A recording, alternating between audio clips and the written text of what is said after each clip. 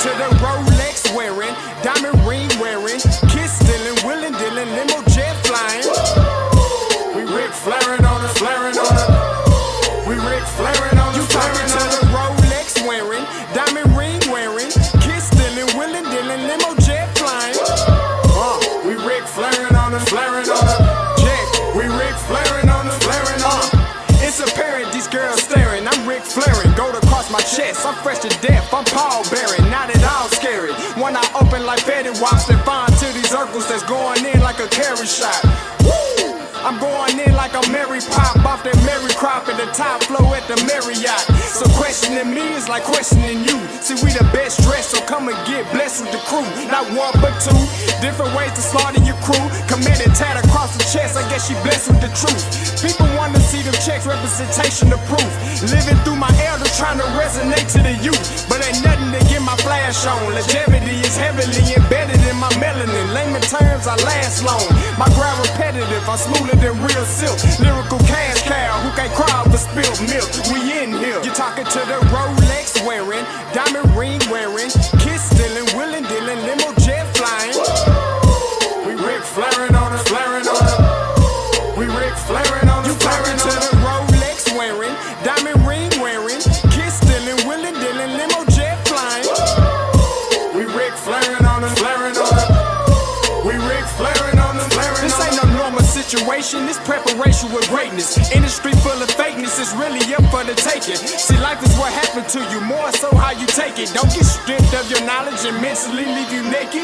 I like to live otherwise. I'm sorry that I'm fresh to death. I put the polo and apologize. See, black son, we ain't nothing like the mother guys. Quit to socialize, we organize, then we mobilize. Off the deep end like a scuba diver. And no confusion, just keep it pushing like Uber drivers. Woo! Business fresh just like a supervisor in a Gucci visor. Can't find a smoother rhymer. You're talking to the Rolex wearing, diamond ring wearing, kiss stealing, willing dealing, limo jet flying. We Rick flaring on us, flaring on us. We Rick flaring on us. You talking to the Rolex wearing, diamond ring wearing, kiss stealing, willing dealing, limo jet flying.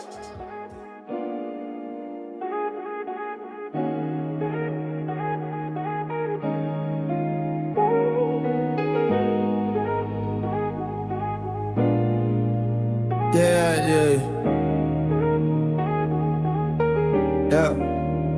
Scottay on the mic, pen scribbling plays. Zo in the zone, calling highlights and waves. Saturday night, late vibes, we staying awake. HBCU legends, every move they make. Grambling dreams, under lights they gleam. Crowd roars electric, you can feel the beam. Past clashing, 808 stomping, marching bands hitting, stadium jumping. Late Readz, catch the plays, don't sleep. Breaking down the games, analysis deep. Late Readz, where the culture meets the beat. Every highlight, every heart, every feed. Late Readz, catch the plays, don't sleep. Breaking down the games, analysis deep. Late Readz, where the culture meets the beat. Every highlight, every heart, every feed. Drum major stepping, the rhythm don't miss. Halftime show, crowd moving like this. Zo got the stats, Scottay got the flow. Dropping gems and heat like a trap maestro. Running backs dashing, quarterbacks flashing. HBCU pride, the passion everlasting. Shimmering keys, late night haze. Gator sprint pass, drift through the maze. Games on the screen, stories untold. Legends in the making, the future unfolds. Late Readz, get your plays, don't sleep. Breaking down the games, analysis deep. Late Readz, where the culture meets the beat. Every highlight, every heart, every feed. Late Readz, get your plays, don't sleep. Breaking down the games, analysis deep. Late Readz, where the culture meets the beat. Every highlight, every heart, every feed.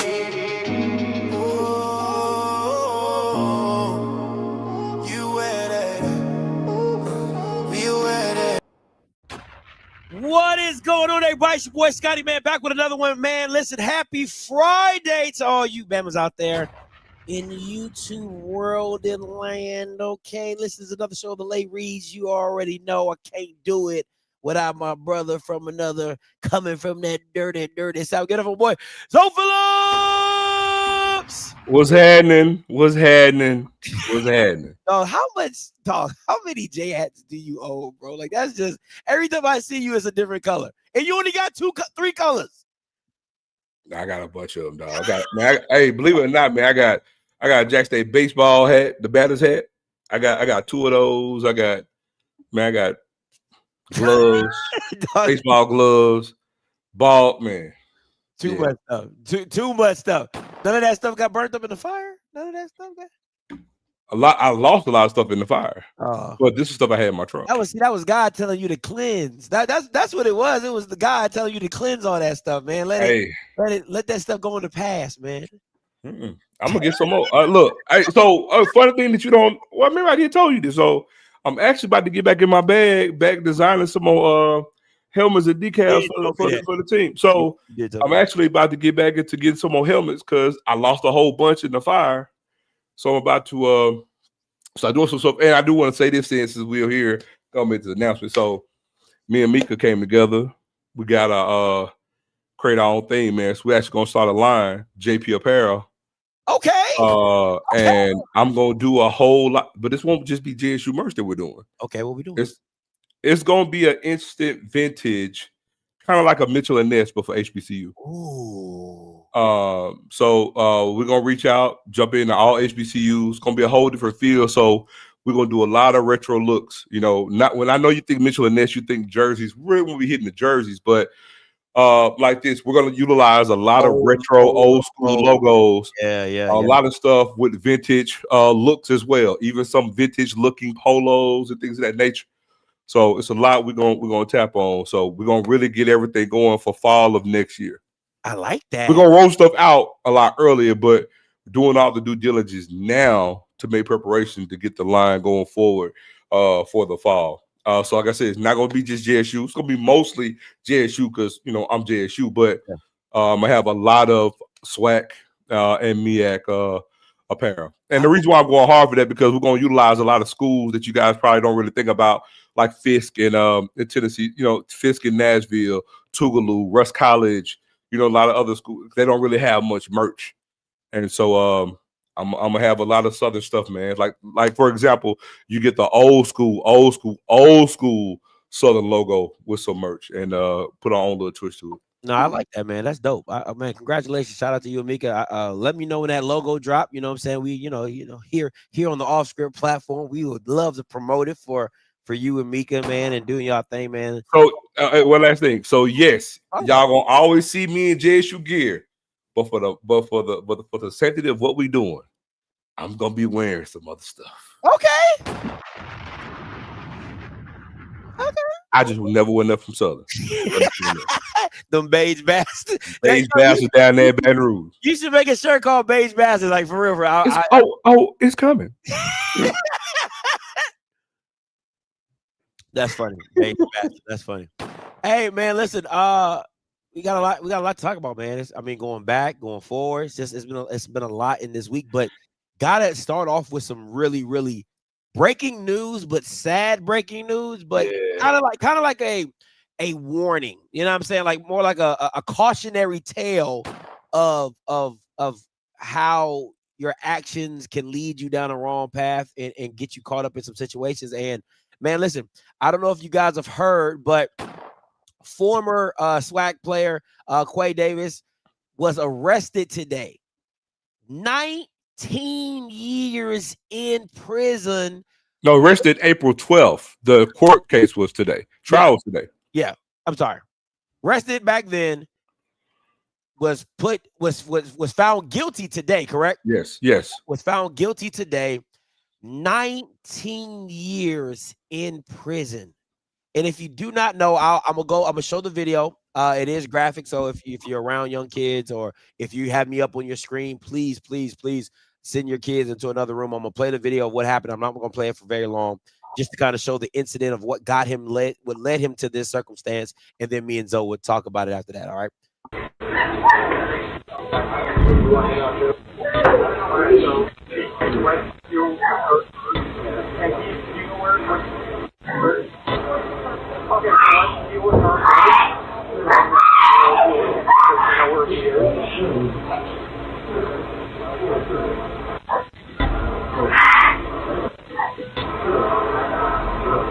All right. So at that point, she appears. She goes limp.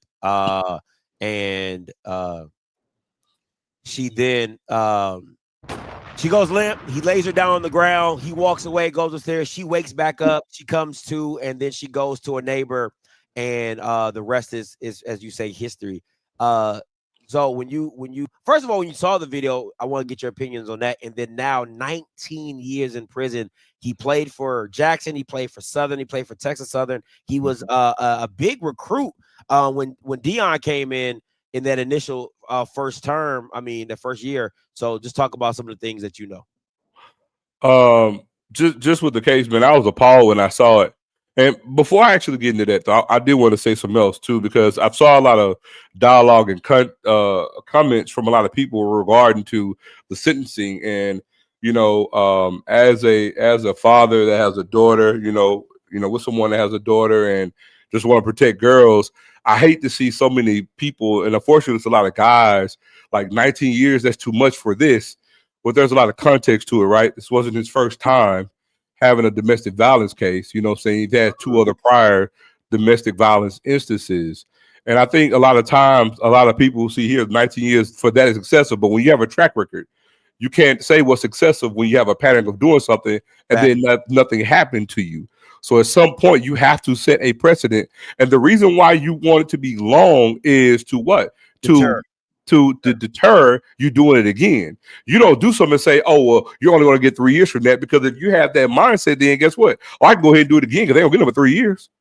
So you have a long time for determined of doing this. And so to see so many guys saying that's excessive for that, well, it's not that black and white. So I just wanted to state that, you know what I'm saying? And again, if that was your daughter, would you say 19 years is excessive? You know, you probably want to put your foot through his face if that was your child. You know what I'm saying? I'm assuming. Absolutely. And then guess what? You'll get 19 years for you doing that as well. Yeah. So we gotta be careful with that. But to me and my reaction, man, when I first saw this video, I was appalled, you know what I'm saying, having a daughter, because I'm just like their father. Like what I said, if it's me, I'm putting my foot through your face. If it's me, I don't care, because any woman breaks up with you, that's your recourse.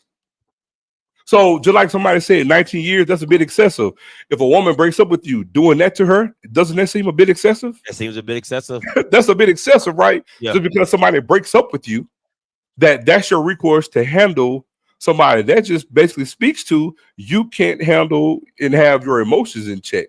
I don't care who you are, what kind of gift you got, who you play for, who you rep. I don't care. That's deplorable and needs to be handled. And that's a problem. When you're younger in college, unfortunately, and when you get into adults too, but you really see it, you know, saying when kids get away for the first time in certain situations. And that's the one fear, because again, my daughter is now in college, and I'm telling you, I'm going to be on guard myself if I ever get a phone call, if I ever get wind of that. I'm telling you now, you know what I'm saying? Yeah. I'm putting my foot through your face. I wear a size 15 shoe. So it's deplorable, bro. I don't see how any man in any shape, form, or fashion can feel a certain type of way about the sentencing. And then, like he said, you got life. And again, you know how you don't have to worry about that number, Scotty? Don't do the shit. Don't do it. No, but nobody says that. You know what I'm saying? In other words, man, get you some emotional discipline. Learn how to handle rejection, because guess what? In life, you're going to fail. You're going to get told no. You're going to fail. Just because you get told no by somebody that you want, don't mean you can't get a yes by somebody else that you want. Because lo and behold, they say we cheat all damn time anyway, right? So you're still going to have you another one that you're dealing with. So why do you have the recourse to do that? So it doesn't make any sense, you know, any man. So again, I don't think we can hope for, Scotty.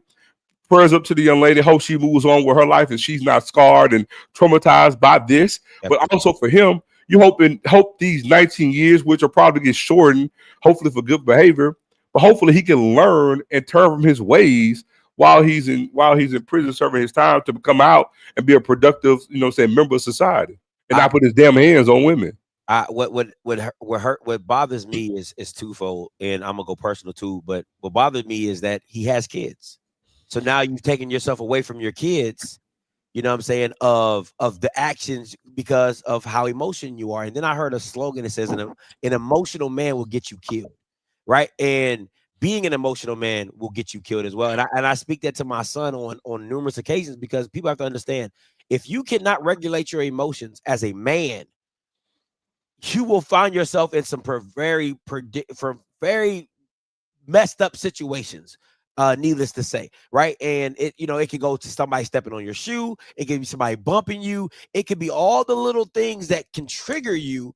And because you cannot regulate your emotions, you end up in situations that will get you killed, right? And responding in situations that can either get you locked up or in jail or on the day. And I'll say this, like, for my son, I am so hard on him about putting his hands on his sister, right? Because they wrestle and they do that. And I don't ever want you to feel comfortable doing that, because it never goes well for men. And it doesn't, like, he would say, Dad, we're just playing, or Dad, there is no such thing as that. And I don't ever want my son to feel comfortable doing that. I want him to feel uncomfortable, just like uncomfortable when your mom would tell you to bring her your purse and you'd be like, like I still don't look at a woman's purse, because I'm so scarred by my mama of you never look at a woman's purse.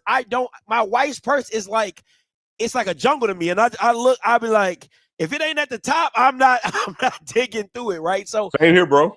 And Mika hates it. Dog, you don't ask me to look at nothing in your purse. Like, I'm like, give me your wallet. I might look in your wallet or something like that, just to help you find something, but I'm not. So for me, I want my son to feel just as awkward as I do as picking up a purse, going to shop for some pads or whatever, because I ain't doing it. I need you to feel that uncomfortable with putting hands on females that you're just like, nah, I can't, nah, I'm good. Hey, listen, walk away.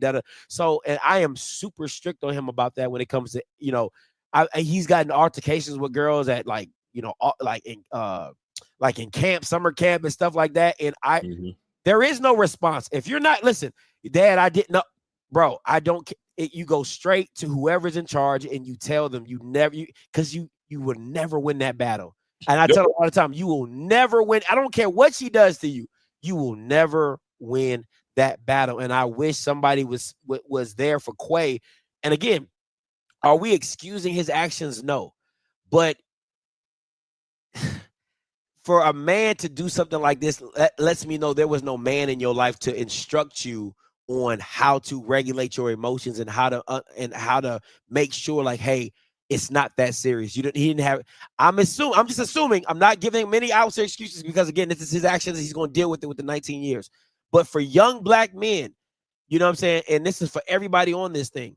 Counseling helps. Having a mentor helps. Having somebody to bounce your thoughts and ideas off of help. I call Zo. I call Mr. Campbell. Guys that are older than me. That I'm like, hey man, am I tripping? Like, you just need those type of talks. Like, am I tripping? Am I bugging? Like, I feel this type of way, and giving you sound guidance. I got my conscious committee when it comes to business with a couple guys and stuff like that. So you just need a good circle of men, preferably older than you, who have been through some things, that have experienced some things, that can really let you in on what it is that you need to know. So, man, listen, my prayers up for the young lady. Like Zo said, I hope everything works well for her. She gets over it. There's no trauma. And I hope that the time spent in the slammer for Quay helps him become a better man and help rehabilitate his life. Because, again, to have such talent, that's why I showed a 4-star product. That stuff don't mean nothing. Okay? Nope. That stuff does not mean anything when you get yourself in some trouble. It don't. All right? Especially if you're a black man. It don't. They'll show you what that stuff looks like real quick. All right. So I hate that for him. I hate that for her. But at the end of the day, you put yourself in that circumstance, and this is what happened. So that is what it is, man. Hey, what happened over there, man? You over there? What you over there? MacGyvering some stuff? Yeah. 1 second. Yeah, I am.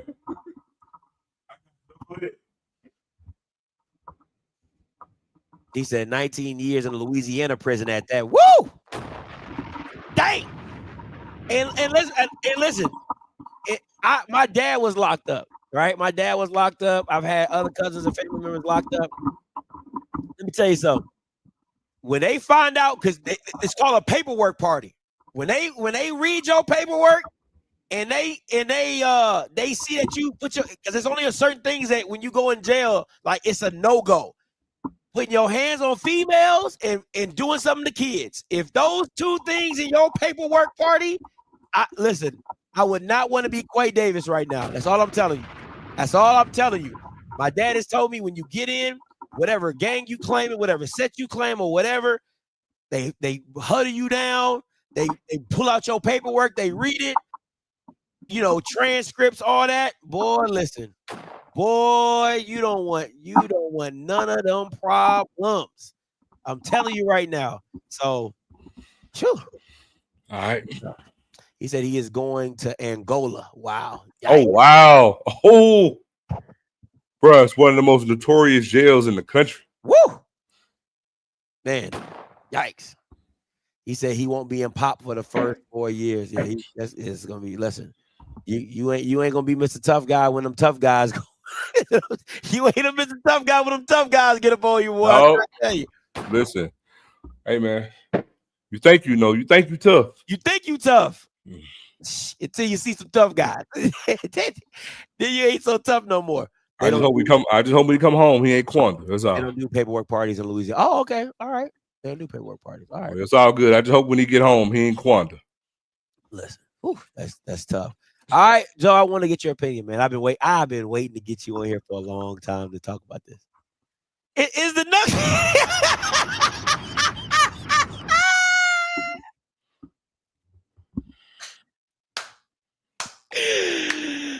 I wanted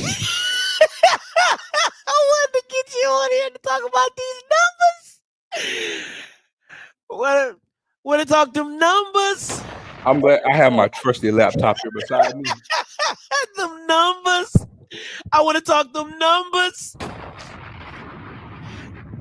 I got my trusty laptop right here. Let me un momento while I put, because you like numbers. We're gonna pull up numbers. I know you got them. I know you got them. So talk to me. Oh, my. So I just use this word, and I say this with all due respect. I'm not saying this because it's Prairie View. I say it even for Jackson State, because all things are it applies, right? When we talk numbers, no matter what it is, or when we use data, you got to always use the data in context. We don't do that. We see it, it's there. I can use this in my argument. Yeah. But it's a blind, if you don't have the context for the numbers, then what are we doing? And so, Prairie View, okay. Number one in pass defense. Number one in total defense. Number two in third down defense. But what they don't tell you is they've only played one top offense in the SWAC. They lost to it, by the way. Without their starting quarterback. So that right there alone, in the first game that you play against the team in conference that's a top 5 offense, you lose to that team with his backup quarterback. Yeah. I mean, go look at the numbers, even offensively. Hold on. If I go, they're 4-0 in their division. Okay? If we go just look offenses, they played Pine Bluff, they beat them. Watch this. They played Pine Bluff. They played Texas Southern. They played Grambling.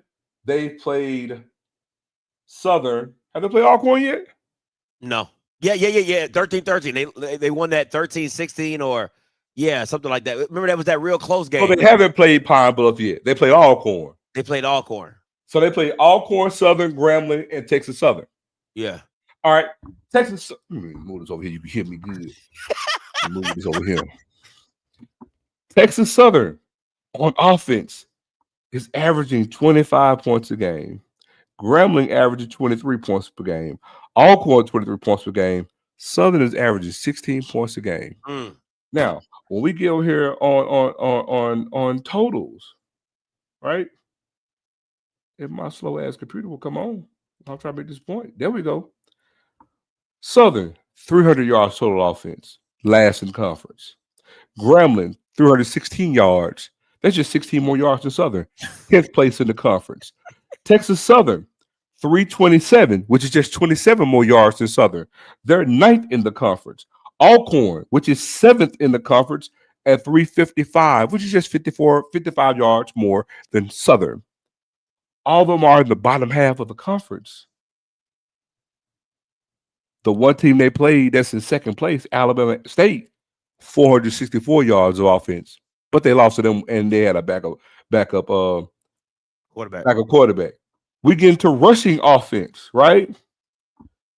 The best rushing offense that Prairie View faced that they beat, because they lost to Alabama State, which they're second in the conference behind Jackson State. The best that they beaten in conference was Alcorn, which is ranked 5th in the conference, and Alcorn is getting 175 yards a game. Now, they won that game, and they say, oh, we locked up their running back, but if you go back to that game against Alcorn, their running back only had 9 carries. 9. Context. After that, you got Texas Southern, who's at 6th in conference, middle of the pack, 175 yards. I'm sorry, 175.1. Alcorn's 175.7. Southern, 151.6. Grambling, 147.9. Those are their victories. So again, very misleading. They harp on passing offense. That's what they say, right? Because for the most numbers in the defensive categories in conference, Jackson State had a majority of those categories. But this is what they hang their hat on, right? It's pass defense. Okay, well, let's go to passing offenses in the conference, buddy. When you go to passing offenses that Prairie View has played, that they won, bro, the best passing offense. Well, Alabama State is 3rd, but they lost to them. So we're going to go with their wins, right? They beat Alcorn. Oh, my God, you're so going to love this, Scotty. Alcorn's number 9 in conference in passing offense. They average 179 yards a game with just 11 touchdowns for the season. Number 10 is Grambling, 168.9, 11 touchdowns on the season, Scotty. Number 11, you see I'm going in order, right? Number 11 is Texas Southern, 152 yards passing a game with 8 touchdowns, Scotty. And behind them is Southern, last place in the conference, 149 yards passing per game in conference with just 6 touchdowns. So you want to brag on being, you want to sell this illusion that we're the shut down passing offenses, but never mind to say that you're facing putrid passing offenses in your division. But when you finally pay somebody above 500, it looks different. In the conference, it's not like they got crazy numbers. They're 230 a game. They have 15 touchdowns. You lost to them. So what do you surmise from that? The moment that I play somebody that's good as me or better, I don't show up. My defense don't show up. So what do these numbers account for? Listen, I could give you all the numbers. Listen, the numbers to me don't matter. I love what KJ Black said. He said stats are for losers, right? Like I'm good on the stats. My thing is when I need you to show up, do you show up? And I'm going to say time and time again that Prairie View had not played anybody. I don't care. You can bring up Rio Grande Valley. You can bring up Rice. You lost. It doesn't matter. You lost. Because a great defense wins those games. A great defense instead of Alabama, as soon as Andrew Body goes down, Alabama State shouldn't have scored again. If your defense is that good, because I can damn well promise you, if Alabama State lost Andrew Body in that Jackson State game, I promise you they don't score. At any point that when Andrew Body goes down, that game is over. It's over. Everybody knows it. Everybody's going home, packing up their bags. It's over. That's the same feeling that Prairie View fans should have had about their number 1 defense. But again, you can talk numbers, you can talk stats, but at the end of the day, when you had a backup quarterback, had a chance, it's 0-0. Think about that.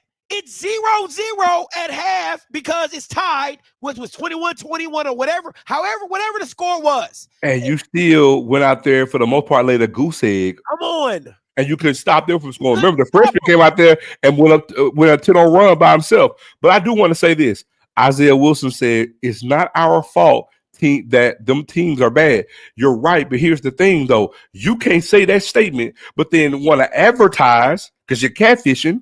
You want to advertise that we're this, but then we call you to the carpet saying, well, it's this the reason why you're this, and then say, well, it's not our fault that they're bad. You can't play both sides of that coin, my guy. You can't do that. You're either great or you're not. You're either good or you're not. So you can't sit here and prop up, beat my chest. No, we got a better defense in the conference, but we ain't playing nobody. But then when you play somebody, you lose to a damn freshman. Like, come on, what we doing? So all I'm saying is, man, my thing is, I wouldn't even be having this diatribe if you're not doing this, because bro, this is catfishing. You're lying. It doesn't matter. I need y'all to understand. Great defenses don't give up touchdowns. That's the whole point of being a great defense. Yeah, I can't stop you from kicking a 40-yard field goal. I can't stop you from kicking a 50-yard field goal if you got the ability to. But what I can do is I can stop you getting into that end zone. So again, there's nothing Prairie View fan. I don't give a damn what Prairie View fans say. Oh, this or that. Oh, we got a better team. It doesn't matter. Your better team did not show up, Isaiah. Because again, everybody knows who the catalyst of Alabama State is. It is Andrew Body. Everybody knows it. He's the offense and he's the defense. You got a coupon. Come on, man. Stop it. And see, that's the thing that negates your whole argument. To me, it negates your argument for the year. Because any team lose their best player before the half and the backup puts 10 points on you, and then you can't do nothing. You can't shut down that. You can't stop them from getting 10 points because you can't say we played the second half. Because remember, we're talking about a whole half of football. So this is a whole team. This is a whole team effort. Special teams, defense, and offense. Their offense got 10 points on your great best defense in conference. Because I can assure you, Jack State beat Alabama State with Body. I can assure you, let Body be gone for that second half against us. Not a game. It's not even a ball game. Not even a game. It's not a game. It's just that simple. And it doesn't matter. Again, the 4 turnovers don't even matter. Because you know why? If I stop you on the other side, I get the ball back. If I keep you to 3 and out, see, that's the thing. Turnovers are not created equally. I will say that if I give you the ball in plus territory to where you just turn around and if I go 3 and out, you can still kick a field goal, I can't do nothing with that. I 100% agree with you. All turnovers are not created equally, right? So Andrew's fumble that puts y'all in plus territory, that's a bad turnover. But 2 of Cam's interceptions came on Alabama State side on the field. So if my defense is great, they get me 3 and out. If my defense is great, they don't score. It's that simple. And let me address something quick. I'm not trying to train Schiff, but he said he's trying to nitpick because it's me on the screen saying, Jackson State defense had a chance to end it versus Grambling and shit the bed. I was like, guess what? And you ever heard me? Did you hear me say anything otherwise? See, that's the difference. But guess what? Even with that Grambling game, we still have the best defense in the conference. And also, we lost that game. We took the lead with what? A true freshman at quarterback. We lost it on the last second field goal. So I can hold my head up high behind it. But I didn't come on the screen making no excuses either. I owned up to it and said, guess what? Because right there on the screen for everybody to see, our defense, we shit the bed on that last drive. I was the first person to come on screen and say it. And even with that game, still the best defense in the conference. But the thing is that's what you can't do. The point that we're pointing out is you can't say you're great at this when you're facing putrid offenses, but the moment you face a half-decent one, you lose. Stop getting your feelings. I don't give a damn, even if it's Jackson State. Plenty of time we do on this screen, if guess what, whether it's a loss or if the defense look bad or if the offense look bad, I got to come in this square little box right here and then break this shit down and talk about it. I don't sit here make excuses. And you had to jump on it right after the Grambling game and came with that. That was tough. Yeah, I don't know if I could have done And guess what? And I don't make excuses for my team. Yeah. It's shit that I don't like. It's shit that I like. But one thing I don't do, I don't care, because I'll be the first to tell you, we got the best offense in the conference.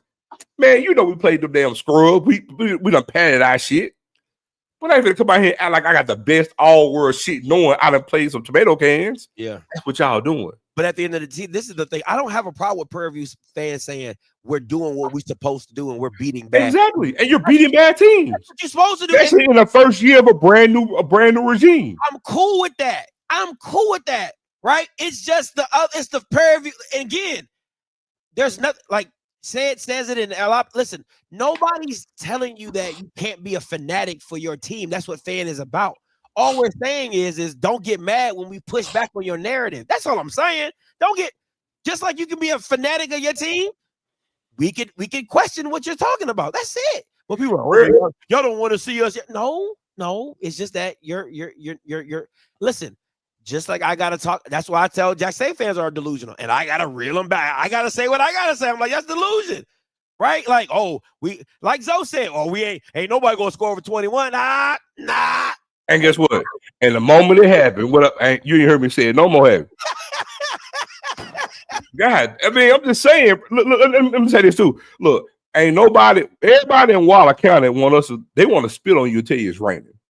I just want to tell you that. That's what the folks in Prairie View want to do. They want to spit out on you and say, hey man, it's just a little rain. No, dog. We're gonna call you to the carpet. You ain't good. Not on defense, that is. Now look, TJ needs to be committed on what he's doing. He ain't running the offense that he wants to run. Flip the script and change some things. If you want to sit there and say, man, you're an opportunistic defense, you know what I'm saying, and you've done some things, man, yeah, guess what? None of us can deny that. Because guess what? You played damn good defense in the first game of the season late. You sucked ass in the first half because your offense made some changes, but your defense changed the tide in the game against Texas Southern. That enabled you to win that damn game. Because if you hadn't, I don't even think we'd be talking about y'all right now. Reverse that and lose that. If you lose that damn Texas Southern game, we're not even having a discussion about y'all. We're not even having this conversation right now. But again, that's Tremaine Jackson being a witty coach, willing to do some changes and make some changes. And again, I'm gonna be honest. Again, I'm the most neutral party in the world outside of one Jack State people to lose. But you're right. You're right. You know what I'm saying? I'm about as neutral as they come. I was more afraid, and I said this the week of. I said, I'm not really afraid of Cam Peters. I'm not. It's that Tevin Carter kid that I was afraid of because I knew Alabama State's defense was bad. It's bad. It just call it what it is. It's Swiss cheese, right? So to me, you eliminate the Cam Peter turnovers if you just deliberately attack with the running game and kind of run and throw off of it. And Zo, if I'm not mistaken, I don't know if you watched the Alabama State and Prairie View game. That first drive, that first 7 points, they ran the ball 8 out of 10 times. Mm-hmm. That should have told you the game plan. I don't know why they went to Cam Peters to have him throwing it all over the yard or whatever. But at the end of the day, they should have established the run and then nickel and dime the passing in there. And again, you don't have 4 picks by Cam Peters. But again, that's just my little 2 cents. It is what it is. This is what it is. All right. But again. Yeah, happy homecoming. Happy homecoming. Okay. Happy homecoming, Prairie View. Happy homecoming. All right. Let me. I want to get into this real quick. HBCU football 301. Yeah, MEAC, he threw 4 picks. How do we get more parity in this conference? I know we talked about it off air, but kind of wanted to bring it on air. How do we bring more parity? Because again, and let me say this before I let you go. I think parity only matters, and stay with me, guys. I want parity only matters. You don't want bad teams beating up on bad teams. That doesn't mean anything, right? It's still a great show because if you like what you like, you want parity. My thing is the parity that I'm looking for is where SWAC teams are winning out of conference and then bring it in. Oh, my bad. Parity, not parody. My bad. I'm not. All right. My bad. Okay. My bad. Parity. Thank you. All right. Whatever. You get what I'm saying, right? So my thing is, how do I get these SWAC teams to play out of conference games to now come back in the conference and now maybe the best team has 1 or 2 conference. Now, what I mean by that is that if you're winning out of conference games, it brings your conference reputation up. So now the level of competition within the conference is looked at as better. So now when a Grambling beats a Jackson, that means a lot more because Grambling beat a Rio Grande Valley. Grambling beat a Sanford. Grambling beat a Southeastern, right? Like that's what I'm looking for. But going into your point, Zo, back to the question, how do we get more parity?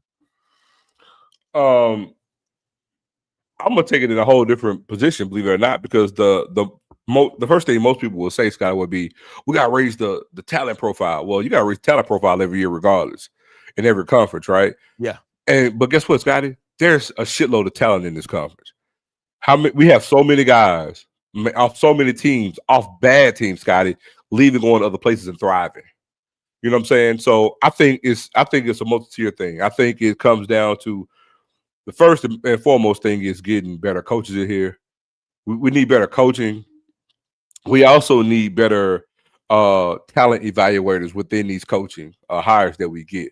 Because there's, again, you got a Quincy Ivor being a backup quarterback at Valley, to leaving Valley now to going to Florida to play on defense, to coming to Jackson State playing defense and being one of the best defense players in the conference. So, again, if we really evaluate talent out here, that tells you Quincy Ivor should have been at quarterback from the jump.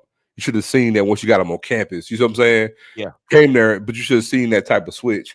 And honestly, man, even more so throughout the conference, because, bro, I can name so many legends, bro, that came in. Scotty, there were walk-ons. Aeneas Williams was a walk-on, bro. Wow. Did you know that, did you? No, I did not. Aeneas Williams was a walk-on at Southern. Xavier Smith was a walk-on at FAMU. Yeah. So, man, it's so many guys, Scotty. And so that's what I'm telling you. This conference is loaded with talent. People look at team. Valley got a lot of good guys on their team right now. Even last year, a lot of guys left Valley that's playing in other places right now, dog, being productive. I'm telling you, there's a lot of good talent on these horrible teams, but it comes down to coaching, talent evaluators, and then on top of it, we as a whole. I feel like the head coaches in this conference, I think, need to get together and have some type of moratorium, like sit down and come up with a plan. I know they have to do things for their own individual school, but it's for the totality of the conference. We got to come to a mindset as a conference with how we want to utilize scheduling. I know they want to talk about money, but, man, I said it before. Look, in some instances, I understand, I get it. Money reigns supreme, but, bro, let me tell you, this is where we schedule some conference games, and guess what? We ain't doing it at the crib and making a shit ton of money. You know what I'm saying? So my thing is, bro, every SWAC school, every last one of them needs to schedule another FCS conference, not named the MEAC, within the South region. Every last one of them. You go to Southern Conference, Southland Conference, Ohio Valley. Every last one of them need to do a home and home every year with one Southern region FCS opponent. Every year. Everybody. Jack State used to do it all the time. Southern used to do it all the time. Grambling used to do it all the time. FAMU a good little bit too in the MEAC all throughout the 90s, but I remember vividly, man, Jack State playing Stephen F. Austin home and home. Northwestern State home and home. Like, we beat Stephen F. Austin. Got our ass kicked by them too, but beat them too. You know what I'm saying? We played those teams. I don't see why Jack State can't go to Central Arkansas. You can play all these same teams in the SWAC footprint in other conferences. Facts. You can do that. Go to UAPB anyway, so Central Arkansas is right. Central Arkansas is nothing. There's nothing wrong with Jack State playing Southeastern on a home and home. And guess what? And if you want it to be a 1-year thing, fine, let it be a 1-year thing. Yeah. But you need to look, Hammond closer to Baton Rouge. You can go play Southeastern. Guess what? Blue, I know that they'll say those schools don't bring fans, but guess what? Jack State can play Pine Bluff. Do Pine Bluff bring fans, Jack State? Nope. No, they don't. Does Prairie View bring fans? No, they don't bring fans at home. So, you know what I'm saying? You have to, Blue, there's an old saying. You got to see better than you hear. You hear what they're saying, but you're seeing something different. And again, we're talking about, because guess what? I was alive and going to games when the SWAC was thriving in the 90s. I know, I saw what it looked like. Go to McNair senior year. They're playing Sam Houston State there. Mm. You know what I'm saying? They play Youngstown, they play out, but they were playing Sam Houston State. You know, they play Howard in the Circle City Classic. You know, you go back, I think another year earlier to that. Excuse me. Wait, they played UT Chattanooga, but they were sorry as shit back then. UT Chattanooga, they were real sorry in the 90s, but they were playing. They were playing those teams.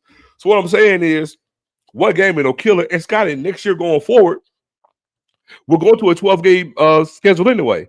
So I came up with a perfect thing. I was like, the SWAC needs to change their motto. They need to next year still go to, I think, a 9-game conference slate.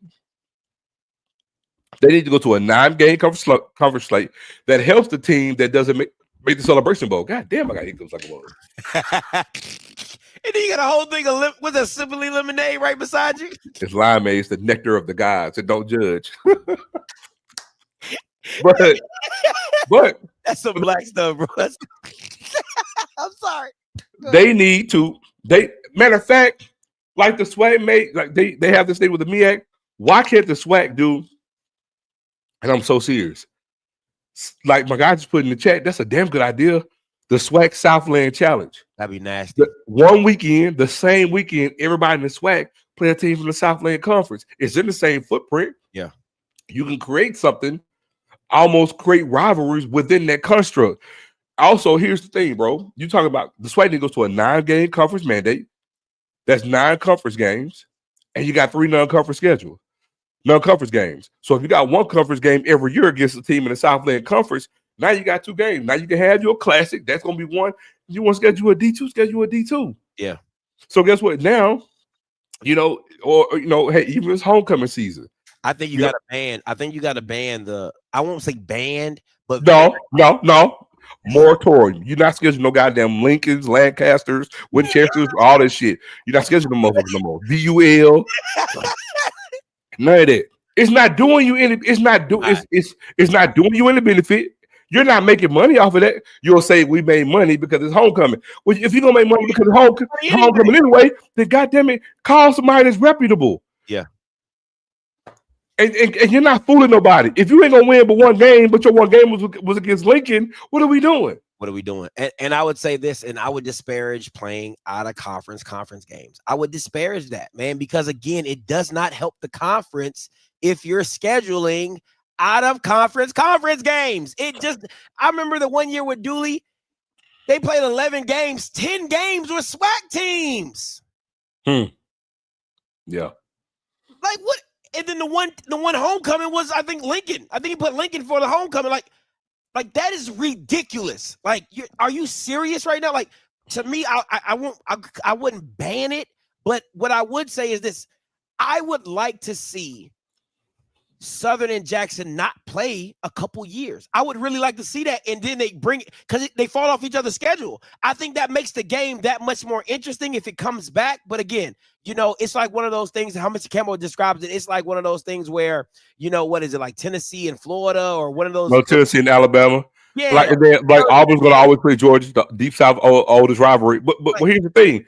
But see, I answered it already, because if you go to a 9-game conference schedule, then you can maintain that. Yeah. If you go to a 9-game conference, it's 9 conference games. You still got 3 non-conference games. I think it minimizes it, but because it makes it work to be more advantageous from a scheduling standpoint. And I'm gonna say this because I'm probably in the minority with this.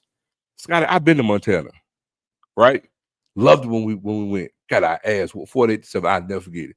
And they had the most ugliest jerseys. But I vividly remember going to the stadium, seeing the mountain in the background, long ass bus ride. Yeah. But dog, I've been to Western Illinois.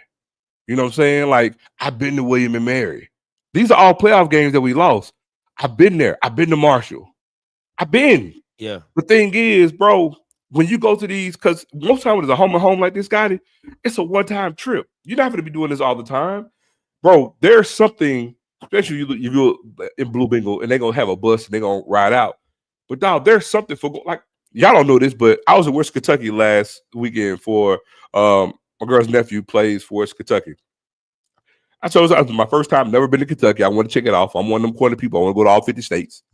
I want to check it off. And went up there, bro, and it was beautiful. Yeah. I got to kick. No, I didn't care about the environment, but that's a whole other animal. You're right.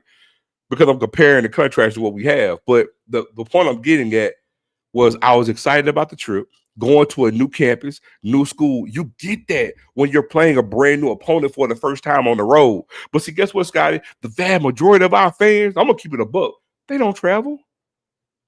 Only the football heads, the purists, they gonna travel to every damn game. The vast majority of our fans ain't gonna do that because it's not a 6 game. Now I'm with Jack State win, lose, or draw, no matter who they play.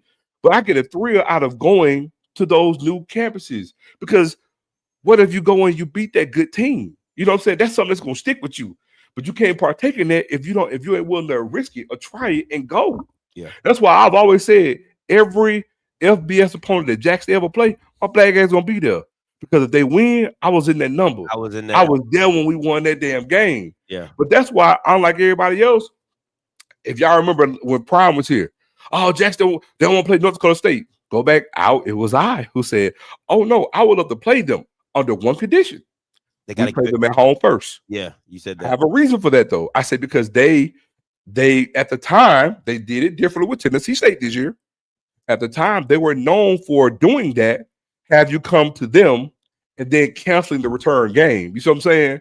And then getting you out their contract. I said, I'll play them, but I want them to come to Jackson first. And that's the reason. So I'm of that. Because again, it's not about, it's just that even for the coaching staff, bro. Like if people think that you can't coach, or if you feel that you're stagnated because all you're doing is in your conference, you know what you got, man, you're gonna grow. You gotta step out the bounds. You gotta step out and you're gonna learn and grow by doing that. Yeah. Like W.C. Gordon was good as hell. Anybody knows the Jack State, right? But W.C. Gordon, well, he lost about 4 games he should have won, but he never won a playoff game. But that didn't ruin what he was as a coach because he kicked ass in the SWAC. Bro, understand? We went undefeated conference 4.5 years. Yeah. So, but I'm a hush. But the thing is that part of him being good was, guess what?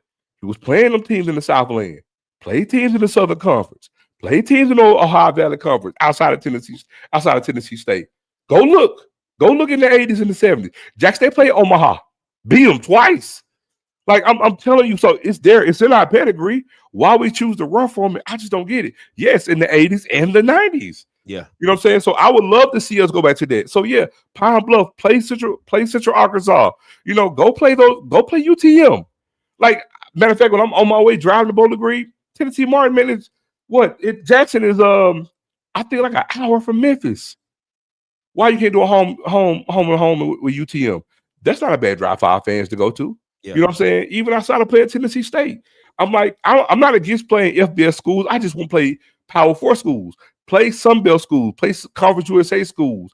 That's a better thing that you could gauge yourself on for the future. I love it. Listen, man. I think you said it all.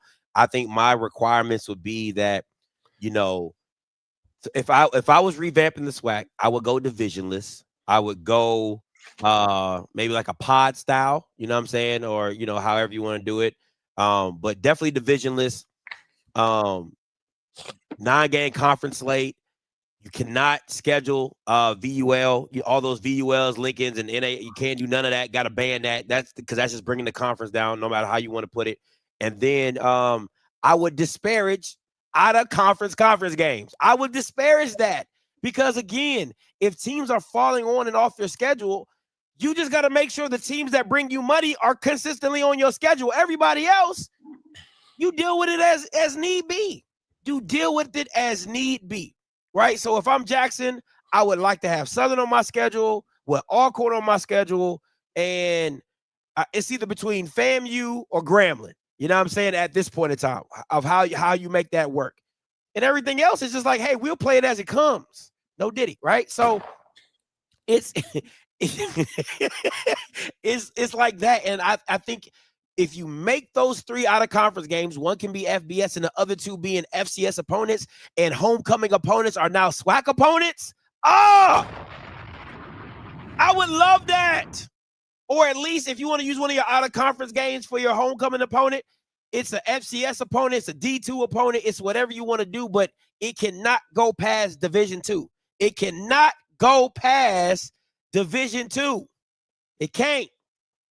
So that would be my parameters on that, man. And I think it'll be great. I absolutely think it'd be great. Also, after this show, Delaware State, Morgan State watch party here on the platform. You already know ESPNU, so we're gonna be in full force. I might show the game, I might not, depending on how I feel. All right, so make sure you guys come back and tune in for that game as well. But man, love the breakdowns, though. Great ideas, man. Hopefully that sooner or later, one day, the SWAC will see the light and come around.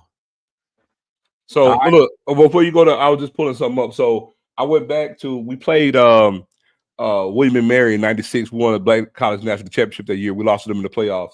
But I'm going back to regular season. I went back to 1989 now. The season opener was against Stephen F. Austin. We lost that game 30-41. Right? Season opener. Played Tennessee State, Prairie View, Valley, Bethune-Cookman, Alabama State, Southern, Grambling, Texas Southern, Northwestern State, Alcorn, and then we played Montana in the playoffs. So we played 3 other FCS opponents outside of conference that year.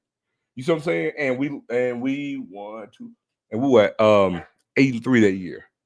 And then we won the conference, and then we played Montana in the playoffs. Year before that, Northwestern State, Stephen F. Austin, and FAMU that year. Our non-conference game this year, non-conference, Tennessee State, FAMU, Northwestern State, non-conference games. And we played Stephen F. Austin in the playoffs. I mean, so we were doing it. So check this out. The season before that, Northwestern State, Tennessee State, North Carolina Central, and then we played Arkansas State in the playoffs. So you see the variety? Yeah. You see the variety? So we did it before, we could do it again. The thing is, bro, you can go out here and play these other teams. They're out there, bro. And I'm telling you right now, they'll be willing to schedule. You know why? Because they know our fans are going to travel. Yep. They'll fill their coffers. But we make decisions saying, well, we do it for them, they don't do it for us. Well, the thing they're doing for us is providing a damn good opponent that we can utilize to beat their ass that could benefit us. That's what you're doing. That's what you're doing. All right. Elevate the conference. If it's about the, you know how they say it's the protecting the shield or, protecting the brand, it's elevating the conference. At the end of the day, it is elevating the conference. All right. Let's get to these Zo picks. Week 11 matchups. He got Prairie View over A&M, Alcorn over Southern, UT Martin over Tennessee State, Texas Southern over Bama State. That's gonna be crazy. FAMU over UAPB, Jack State over Valley, NCC over Norfolk, South Carolina State over Howard, Dale State over Morgan, Stony Brook over NCAT, and Maine over Hampton. Talk about that Texas Southern over Bama State. Well, listen, for everybody think I'm crazy. Yes, I know everybody gonna pretty much got Alabama State to win this game, but it's a good chance Texas Southern can pull this out. Now, they can't play like they did last week, obviously, but the reason why I'm giving Texas Southern the nod is because the team knows, I would go say Andrew Body, but now you take that option away from this Alabama State team. And again, we're going with the backup quarterback in this game. If Texas Southern can maintain some type of offensive philosophy to get some points on the board, I think it could provide to be plentiful to help them in regards to getting W in this game.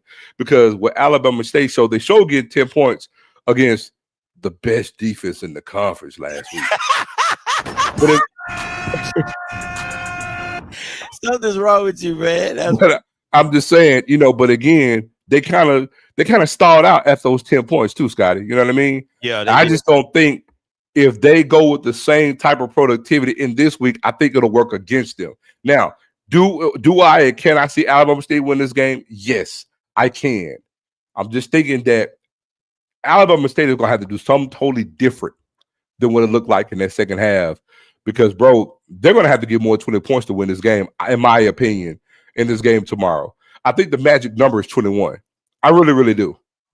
If Alabama State can't get 21 points tomorrow, I don't see them beating Texas Southern. For me, Bama State, it's not about the rushing attack. It's what Smoot gives them in the passing game because in the passing game against Prairie View, he missed. He missed the plan. He was just late on some throws. And again, you're throwing him in there late. First game, though. First game. I get it. No, I'm not blaming it. I'm just saying, like, for him to have all week reps and first team reps, and they gonna need him to pass. And it's not a situation to where I'm not looking at it as like a TC and Lockhart situation where you go into FAMU and you throw the ball all in the first half, like something crazy like that. Yeah. I'm just saying he's got to get comfortable hitting the short routes just to keep the drive going. You know what I'm saying? The 3rd and 3s, the 3rd and 4s, the 3rd and 5s. I need you to hit that. I need you to hit that in route. I need you to hit that slant. I need you to hit the curl, right? If we're rolling out, I need you to hit that sail route or that flood concept. Like I just need to do that. And that's the part. I think they're gonna be able to run the ball just fine. I think Smoot is more than capable of running the ball like Andrew did with his capability. He was at Jacksonville State. He transferred. So you know what that style of play was when they, when who was that? The coach that's at West Virginia right now, Rich Rod. When Rich Rod was down there at Jacksonville State, you knew he needed quarterbacks that could run as well. Right. So, and Smoot brings you that. So the one thing I do got to give Eddie Robinson credit for is the backup is just like Andrew. Like it's not like Southern where you got 3 different style quarterbacks. Smoot is kind of a model of Andrew. Can run it, can throw it. You know what I'm saying? So we'll see what that looks like. But if he can just make the throws that he needs to make, this game should not be close. It really shouldn't. It should be a good 2-score game to where they walk away with it. But that's why I say, would I be shocked that Alabama State win? Of course not. I mean, they're favored in this game, and rightfully so. You know what I'm saying? Because of what they've shown thus far this season. But again, just bringing in a new quarterback at this time of the year, and again, a lot's going to be on him tomorrow. They're going to run the ball. Yes, you're right. They're going to have success running the ball. But the thing is, running the ball and scoring, that's a whole different animal. That's fair. They're going to get yards, but are they going to score on those runs? Because I think if they don't, it's going to put more pressure on that quarterback. And so that's why I'm giving, to me, the magic number is 20. I'm telling you, if Alabama State cannot get over 20, I think Texas Southern is going to get just enough over that to be able to win. Because, again, I think I can't say that because they're not, I don't foresee them. Smoot and Body may play the same. I think they're going to utilize Smoot a lot differently than how they be using Body. You know what I'm saying? Yeah, I think you'll see Smoot get the way you get Smoot comfortable is a lot of probably QB keep runs. You know what I'm saying? Now again, you don't want him to get hurt, so there's that in the back of your mind. But he does have that ability to get loose with his legs, and he does throw a pretty darn good ball. So I'm just curious to see what that looks like. Yeah. You got Maine over Hampton, Stony Brook over NCAT. The whites beat up on the blacks as always. And Prairie View over A&M. Listen, A&M is I think A&M is on the 3rd string or 4th string quarterback, if I'm not mistaken. Yeah. What I'm looking to see from this game is not. I think PV wins convincingly because A&M's defense is ass. Yeah. What I would like to see is Alabama A&M exploit Prairie View secondary to see if they get that fixed. Because those receivers at A&M can go. And the pink slip bowl, we'll talk more about that later. But I got a question, though. What's up? The backup quarterback at A&M, he was actually pretty damn good. How long was the timetable for him to be out? I don't know. I don't know. Eric Hanley, I don't know. But I know he's down. Listen, and A&M is banged up heavily. Yeah. Heavily banged up right now. Listen, they might need to get a new strength and conditioning coach down there or something because I mean it's bad, man. I mean everybody hurt, and I mean to me, I know a lot of A&M people would say like, "Oh, we hurt," but y'all was losing games before y'all got hurt. Y'all was losing games before y'all got hurt, but it is bad now to where a lot of people are down and out, so they might want to look at just switching out that strength and conditioning coach. Saying a lot of soft tissue injuries. Hold on, real quick. So we'll see that. All right.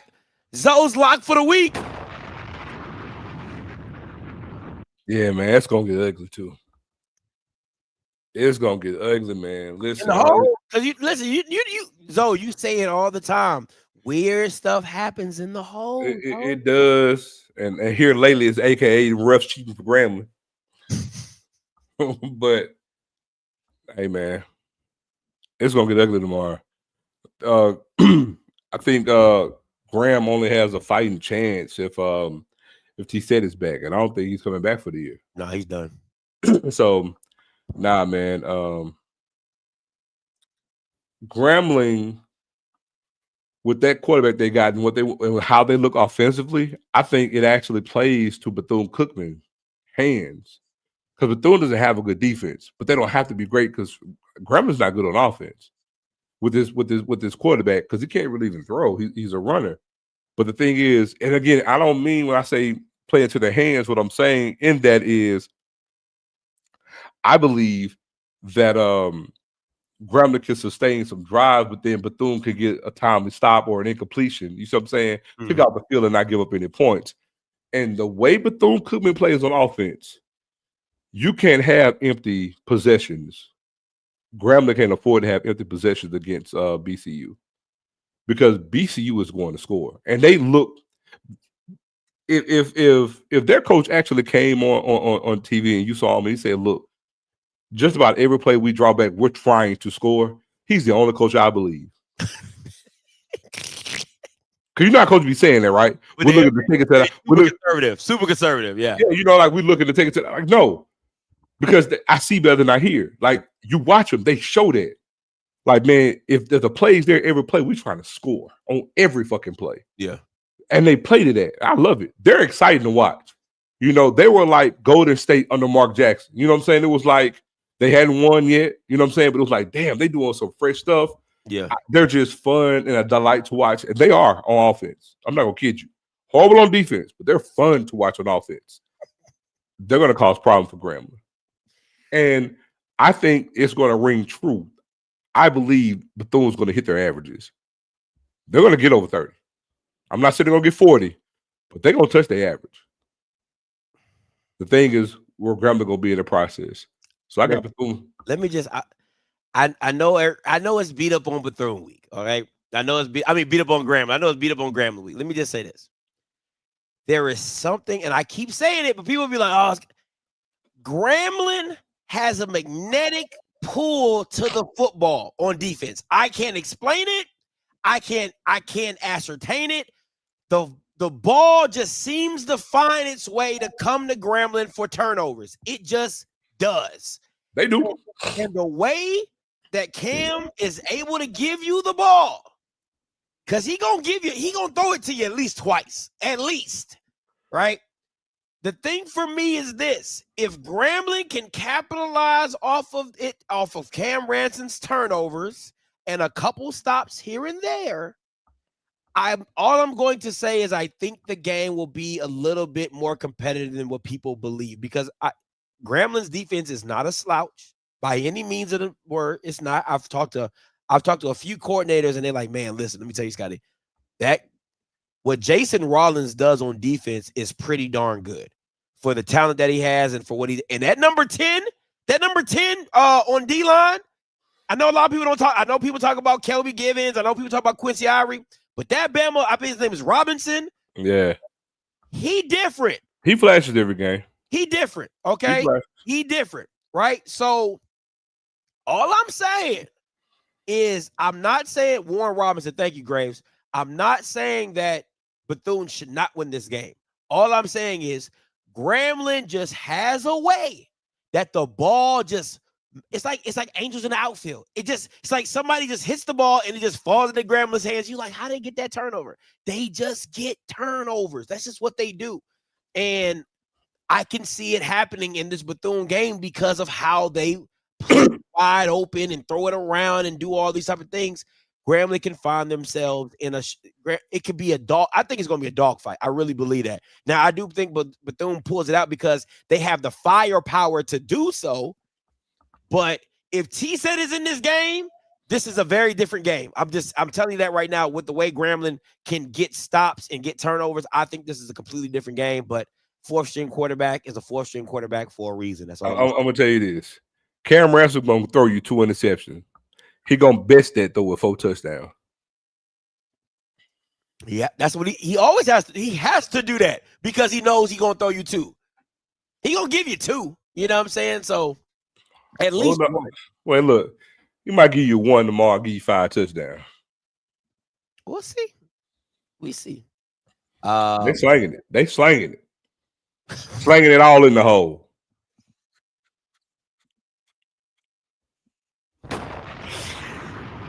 Oh, man. All right, let's get to these keys to the game. First up, the pink slip bowl. I'm so excited. I don't know why. I don't know why. I am so excited for this game. I don't know why. I'm really, really excited for this game. I love the pink slip bowl. I really do.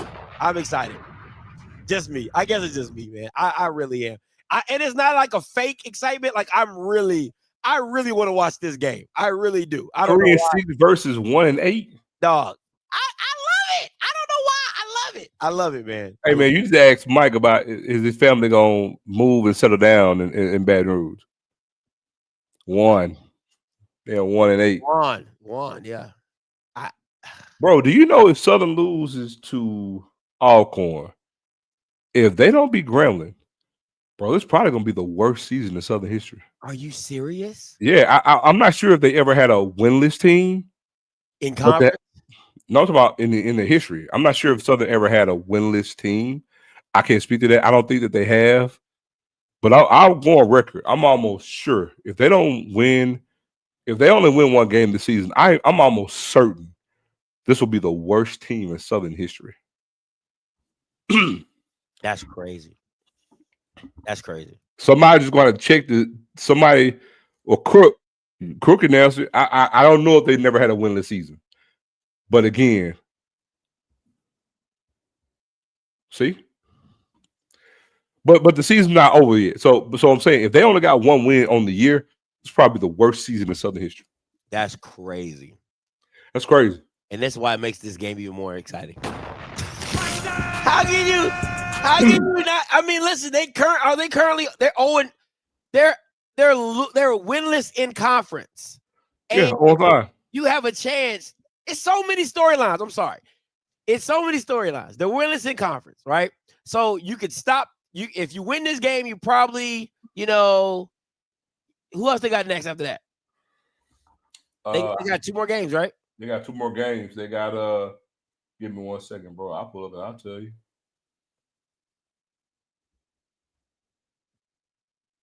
Uh, 15th next week. They got Texas Southern.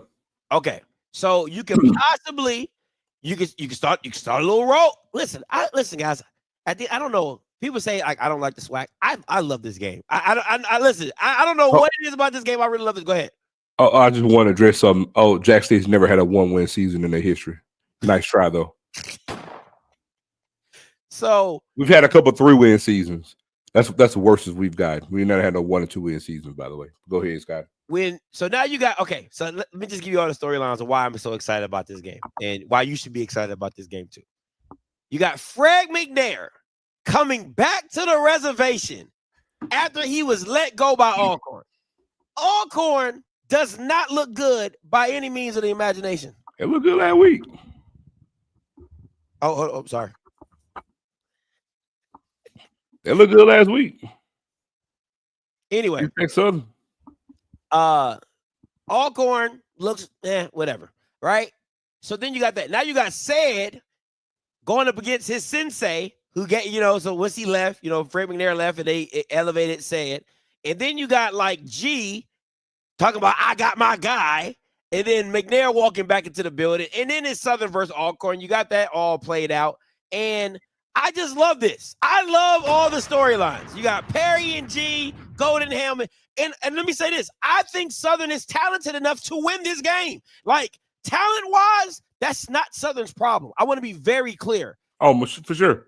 Talent is not Southern's problem at all. It is the offensive scheme that is letting down this team in how they're approaching attacking defenses. But I want to be very clear. Talent is not their problem. And if I'm being even more honest, I think they're more talented than Alcorn offensively. Now, Sewell and Trey Holly, that might be a push. You could probably go push at the running back position, but wide receivers, it's not even close. It's not even close. Quarterback, I think Tober's better than Stratford. You know what I'm saying? But if you use Cam McCoy the right way, I think he's better than Tober. You know what I'm saying? So it all is what it is. But I love this. I'm so excited for this game. I know that sounds super crazy, but I really, really, really, really, really, really am. But go ahead. No, I was about to say, man, I really want to root for my former namesake, but he a scrub, so I really can't go for it, man. So Tober just let me down, man. I came in beginning of the season like, man, last name like that, you gotta be a baller, man. But again, I kind of like what he was doing, skill set wise, but kind of like Southern, man, like what they want to do. And somebody put in the comment, you know, Alcorn kind of found, at least on offense, what it is they really want to do. They kind of found an identity and they're rolling with it because they did against Texas Southern last week. I just don't know what it is with Southern, bro. And then to see McNair go into that FAMU game, say, and true, it was just like, hey, you know, they haven't quit. They're still fighting, but that's even more of an indictment because they got the better roster. They have the better roster. Yeah. I picked Southern to win the conference. I mean, win the division. Yeah. They have it. So how it's got to be this way, bro, that's the thing that's so mind-boggling. But, bro, 3-6 versus 1-7, they both come in at 5th and 6th place in the division. And, again, but to your point, I don't know. I picked Alcorn to win this game, but it's like, man, part of you feel like, man, I think this is going to be like the real last hurrah for Southern as a team. And I think they're only going to get up for McNair for this game. And that to me is why I think Southern pulls it off, is because I think McNair is going to go above and beyond. Ooh, boy, if McNair win this game, though. That's what I'm saying, Zo. That's what I'm saying. So, like, just your reaction alone is why I'm really excited about this game. Man, listen, if McNair win that game, they gonna do sale like old boy on Remember the Titans. We took a straw poll. You out of school. Yeah.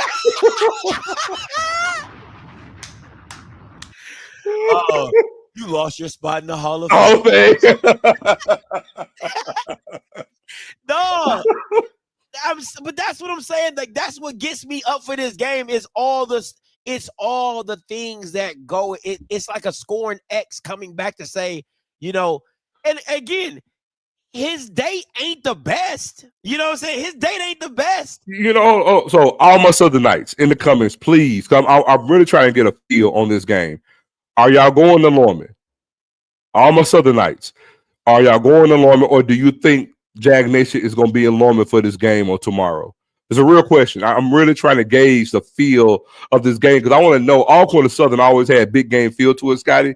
I'm just wanting to know from all the Southern Knights, are the Jags going to be in the house in Lorman tomorrow? I know Alcorn will probably be there half-ass because they're not winning, but Alcorn's still going to be there for that particular game. Because see now, if it's not going to have a big game feel like Alcorn and Southern in Alcorn normally does, this guy that may kind of go against it too. Go against who? Southern. Is the band? If the band is going, I don't think it's a problem. I really don't. I don't know if the band go. If the band go, I don't think it's gonna be a problem. But listen again. Going back to what my boy Peasy said, let me see. Peasy, what'd you say? He said, here we go. They haven't won at Alcorn since 2016. Guess who was on the sideline when they weren't winning? That's what I'm saying, bro. It's so many storylines in this game. If it goes Southern's way, oh my freaking God. That's gonna be, and then all the stuff around McNair leaving and you know what I'm saying, they're rolling with said, you know what I'm saying? That's gonna be crazy. That's my point. That's why I'm so excited about this Pink Slip Bowl, because it's gonna be epic. Listen, even if the game is close, it's going to be epic. As long as it's another blowout, if it's like a 7-point game or a 3-point game, it's going to be a good game. I don't think it matters how much Southern wins by. If Southern win by 1 point, they don't say it. They don't say it as. Because you know what else, man? But I think to your point too, Scotty, we know McNair's going to coach his ass off. He'll be like, y'all should have gave me that fucking raise. You know what I'm saying? Yes. That's all I'm saying. I really want to ask G. I know you got your guy, but how you really gonna feel if McNair come in there and beat y'all ass though, for real? I would feel some type of way. If McNair come in there and beat their ass though, bro, because I'm gonna tell you, this is the type of game Fred ain't gonna do it. It's not him as a coach, but man, I'm gonna call a couple trick plays. I'm pulling out all the stops. And let me. I don't think this game is more important to say it. If I'm being honest, no. I think it's more important to Fred, and the it reason is. because again, he's trying to get back into coaching. right? So these games matter to Fred, right? These games have to matter because I'm telling you, if they go down in flames, he's not getting another opportunity. He's just not. I was waiting for you to get. I was literally say that. That's the main point. Fred is playing to coach somewhere else. Yes, he's coaching to coach somewhere else. Said the moment they do that straw poll at midfield, if these are quarter for your position coach from here on out. I mean, you got your first gig, bro, and you went from this to this and regress even more. Yeah. I'm telling you, nobody finna give him as no head coach. It ain't gonna happen. It's not gonna happen. Well, to go JUCO or something like that. Yeah. But I'm gonna be honest. In Mississippi, all the real good programs, they're not gonna take him. I'm serious. He could probably go Mississippi Delta, something like back where he's from Cleveland. Yeah, man, up there. But guess what? Kahoma and them don't be good. Mississippi Delta don't be good. Those types of everybody else, like man, the known powers, Jones, Hines, East Mississippi, man, no, dog. Itawamba, Northwest. I'm telling you, see. Look at that. Fresh hair, Alcorn played Alcorn fights after you. Well, listen. I'm telling you, I know McNair don't really show a lot of emotion and stuff like that. Oh, he will this game. I'll be acting a damn fool. Look, so we get the press cover. I want to thank all the young men's out here for playing having my back, playing this game. You know what I'm saying? Like, you're killing me. You mean the young men's came in prepared to play? Man, listen, I'm telling y'all. So you see why I'm so excited for this game? It's just so many storylines. It's so intertwined. It's not about the record. It's just this is one of the games you throw the records out. I know the record says they suck, but I'm telling you, Southern is a very talented team. And if you come in sleeping on them as they're not talented, Trey Holly will embarrass you. Darren Morris will embarrass you. You know what I'm saying? Kelby Givens will show up for once because he hasn't shown up in the last couple games. So you need these guys to show up defensively to really make this a game. And if I'm Southern, you got to stop the run. And if I'm being honest, I think if I'm Southern, I go back to that 5-man front they had against a Body. Like what they did at Body. Alabama State. That's right. Yeah. That's what I would go back to. But yeah, so I'm excited for that game. So I don't know about y'all, bro. The Pink Slip Bowl would definitely have a watch party. I don't care what nobody says. All right. Valley and Jackson.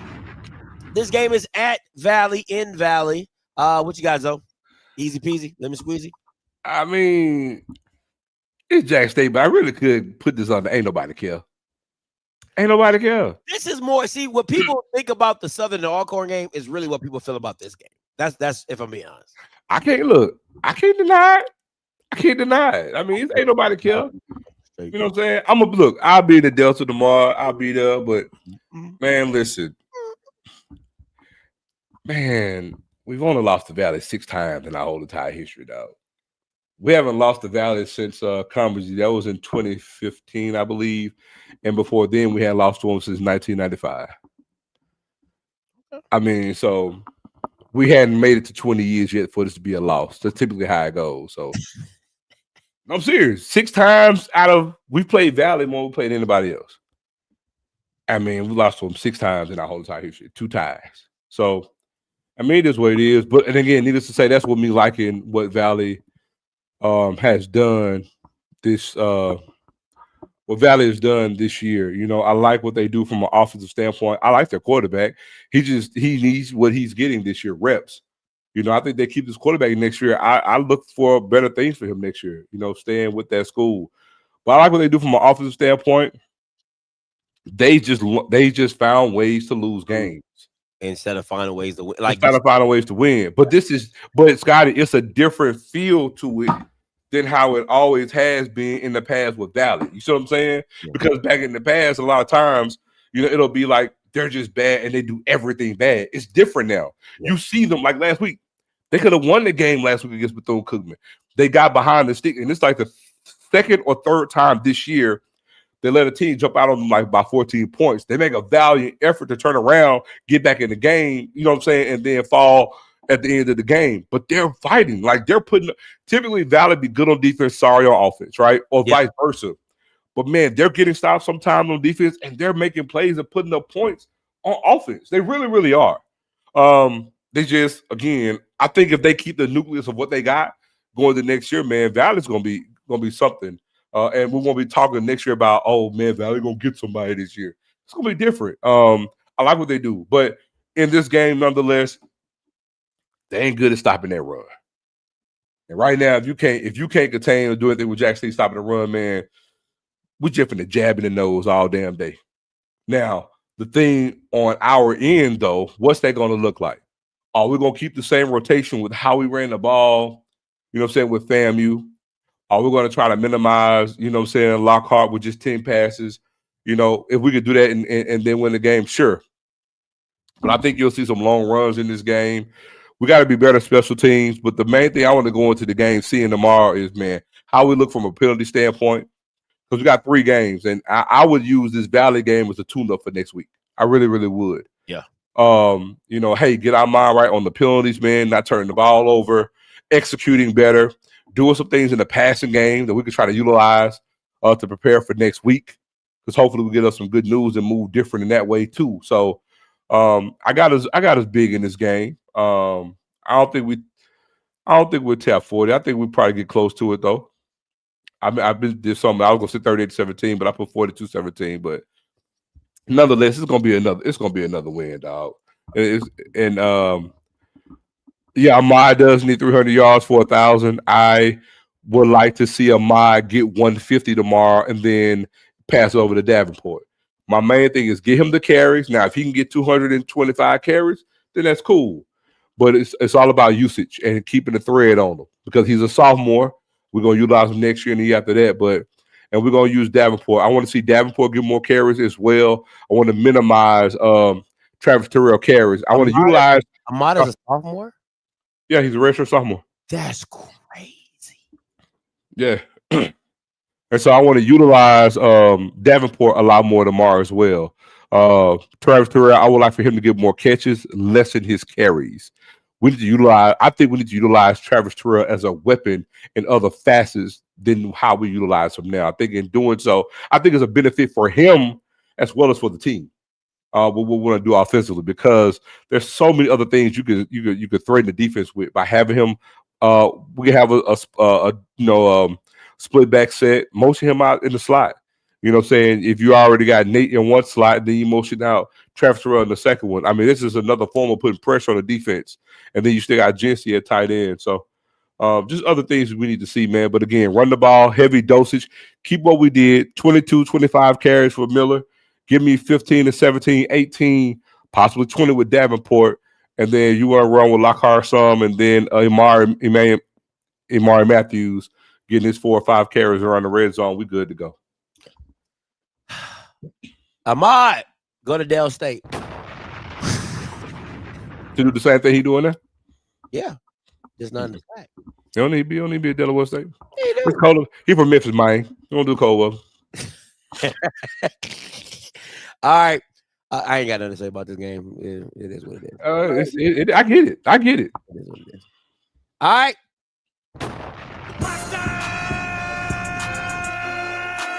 Talked about it. Glanced over it.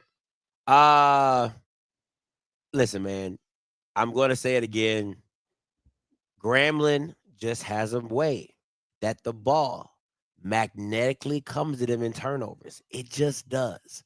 And I would like to see what this game looks like I would have loved to see this game with T-Set.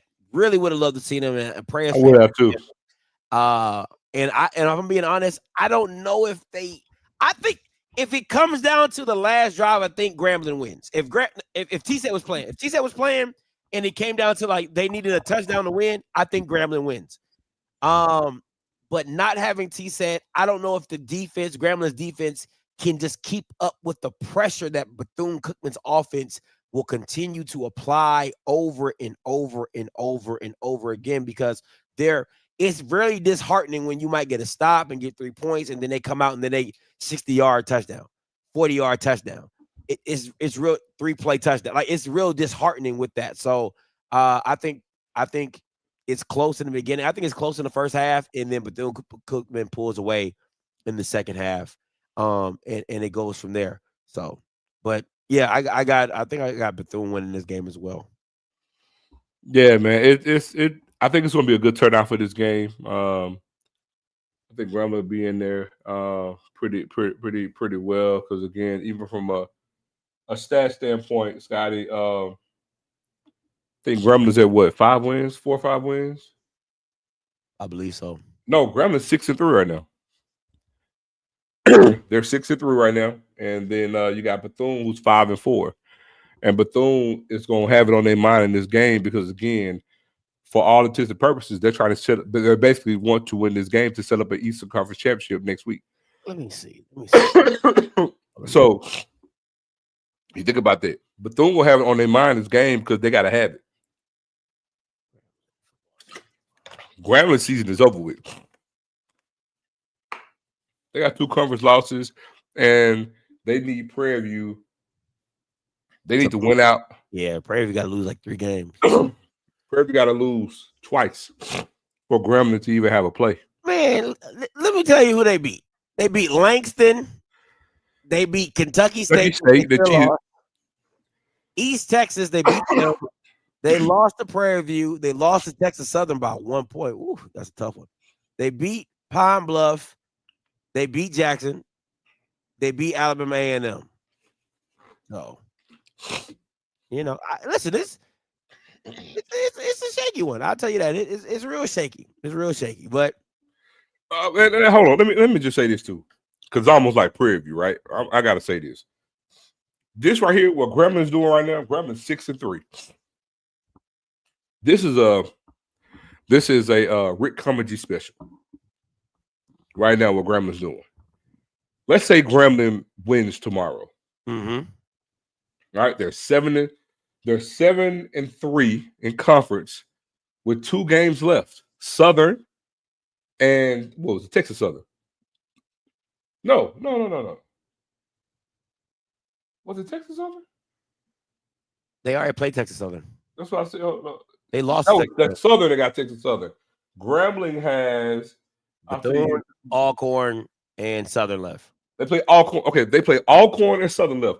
My point is, both losing records. Okay, let's say Grambling wins out. They're 9-3. 9-3. I want you to listen very close to what I'm saying. Oh, if they win out. Oh, if they win. Okay, if they win out. Yeah. They're 9-3. This is a problem I have with a lot of Black College fans, HBCU SWAC fans. Oh my God, Grambling had a really, really good year. I mean, hey, they got to play the schedule, and I get it. You got to play the schedule that's there. Context. You'll have beaten one team on your conference with a winning record. That would have been Jackson State. So that's just like Prairie. So it's like, how can you sit there and engage and say you can say you had a winning record. You had a winning record, but was it a good record? I mean, was it a good season for you? Well, they beat 2 teams with a winning record. Kentucky State. A D2. I got you. But we'll say that's a D2. Okay. So do you see what I'm saying? When it came to teams on your level, you got 1 win against a team against a winning record. This is a Rick Comedy special. Jack State was winning the East, and the West was putrid. Putrid.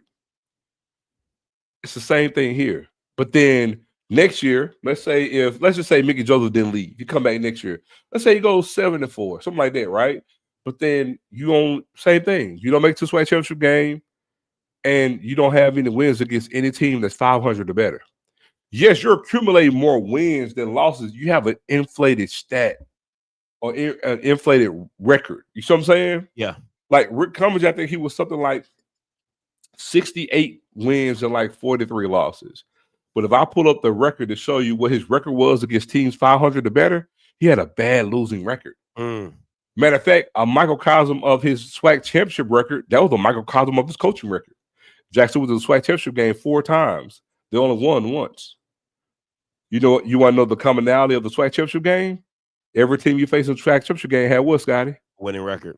Right there. And you was 1 out of 4, 25%. That matches what your coaching record was. You see what I'm saying? So like PV the last 3 years, 3-4 years. And the same thing PV doing right now. Same thing, literally same thing. So that's what I'm saying. It's like, what do you want? Do you want to just say I don't care, as long as I get to the SWAC and I win it, or I don't care, I get to the SWAC and then I lose it? Or do you want to say, you know what I'm saying, we actually won games against teams where we're in the record, we're winning games? No, you're not going to go undefeated every year, but you want to put a good product that wins. Mm-hmm. And no, you can't say that about most SWAC schools. No, you can't. That's not necessarily true. Look at Jack State last year. Look at FAMU the year before that. They beat good teams.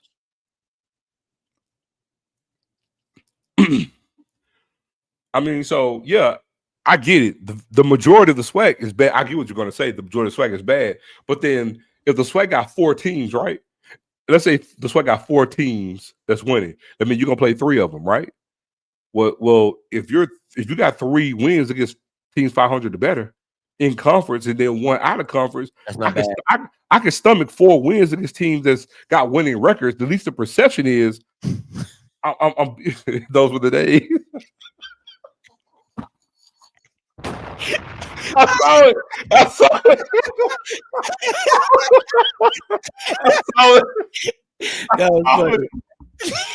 I saw it. That was funny.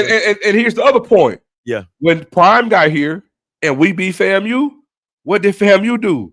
Ran the table. They still ran the table and won. Yeah. But that looked good for Jackson State because Jackson State beat them. And so that's my thing. So we can't sit here and be like, but that also goes back to the earlier conversation, Scott, about what? Doing some other things in the conference. So that way the conference thing can look better because this hits a whole lot different, bro.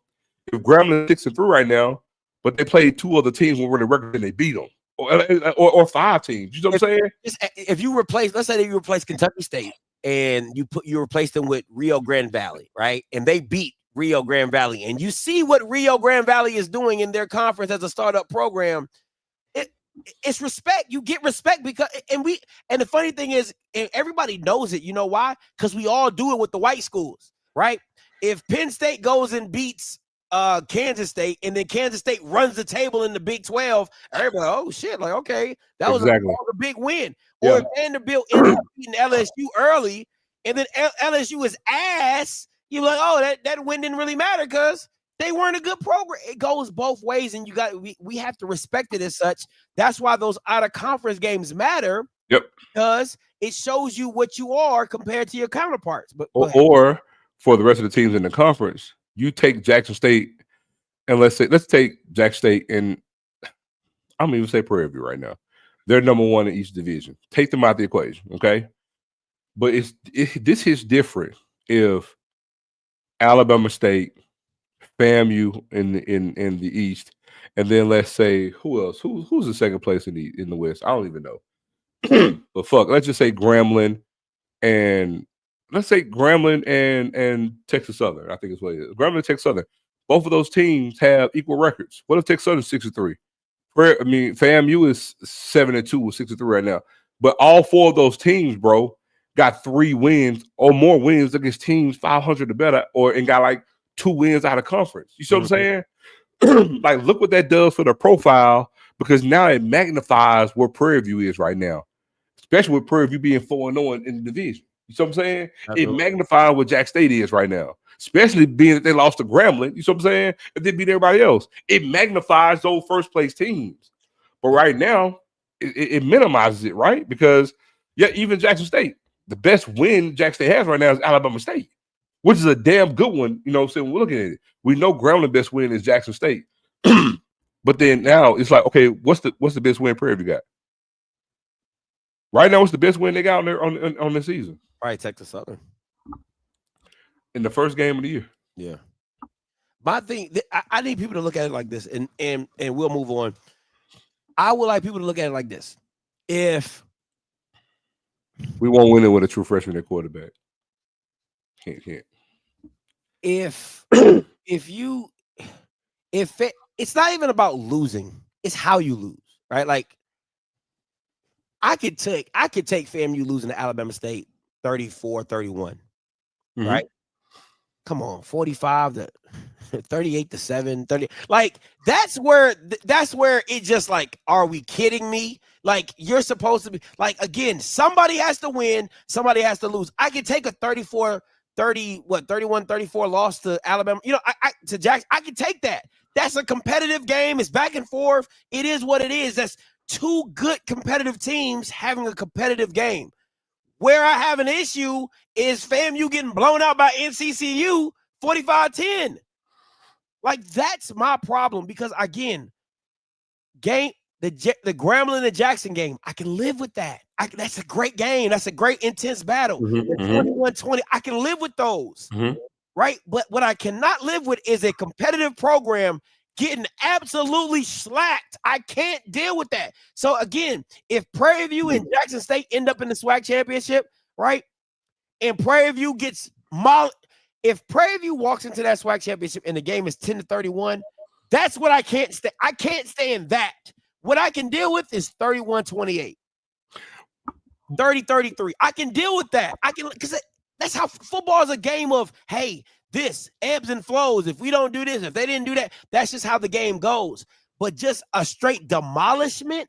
But you know what?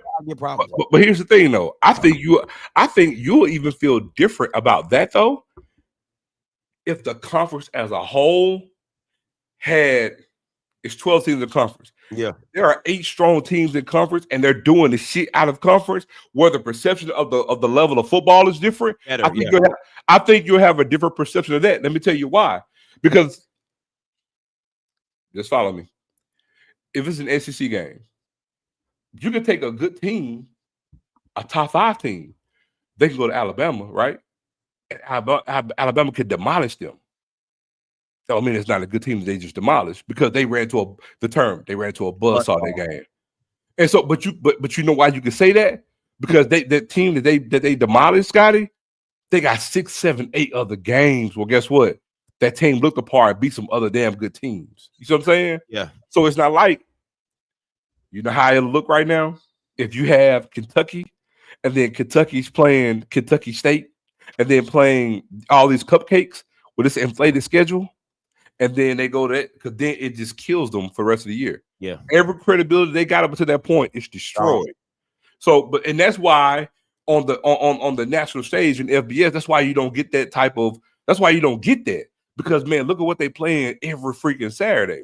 Now, I'm not suggesting that for the SWAC, but what I am suggesting is you need to do things so the level of play or the perception of it can change. Because again, you know, if we can, every team can do away playing a VUL, but then you could play a Central Arkansas. You can play Northwestern, Southeastern. Some teams like the OVC. My thing is, you can just change that. If the SWAC can change the perception out of conference, bro, and then, man, get some damn good wins. Play Tennessee Tech. Play the Citadel. Play these other teams. Charleston Southern. The MEAC is doing it. The SWAC needs to do that, bro. We ain't giving a shit about the playoffs, but it's what you're doing within your program, bro. You see what I'm saying? Yeah. Like, I hate Jackson playing Tuskegee. We don't benefit enough from that. And honestly, Tuskegee doesn't either. They don't. I would have rather played Southeastern. Or I'm just throwing something out there. Hammond is 2 hours from Jackson, bro. 2 hours. I would much rather that game. I swear to God. You know what I'm saying? But we need that, bro. Seriously. Northwestern State, Stephen F. Austin, man, play those games again. But anyway, you win those games, non-conference slate. If the top 6 teams, top 3 teams in each division, man, if they break even 500 out of conference with good teams, win. Then you come in conference because now you can justify the parity within the conference. If the winner in the West had 2 losses and the winner of the East had 2 losses. You see what I'm saying? Yeah. And it's like nip and tuck. It really came down to the top 4 teams in each conference, in each division. I keep saying in each division. Now it's like, shit, you really gonna be excited because it's like, damn, we had some good teams, man. Jackson beat FAMU, but shit, they lost to Grambling, and then FAMU beat Southern, and like, but guess what? But we beat FAM though. You know what I'm saying? Like, when you got like that, bro, that's gonna make the shit more exciting. But that's what we had in the 80s, bro. I mean, in the 80s and the 90s, you had that. We just don't have it now.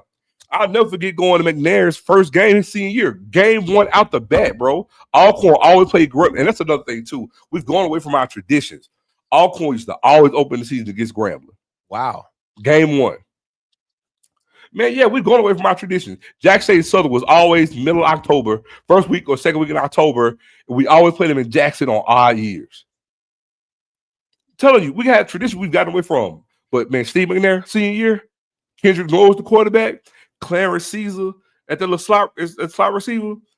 Man, I was there. Standing room on, bro. Alcorn lost to Grambling. I think it was 61-55.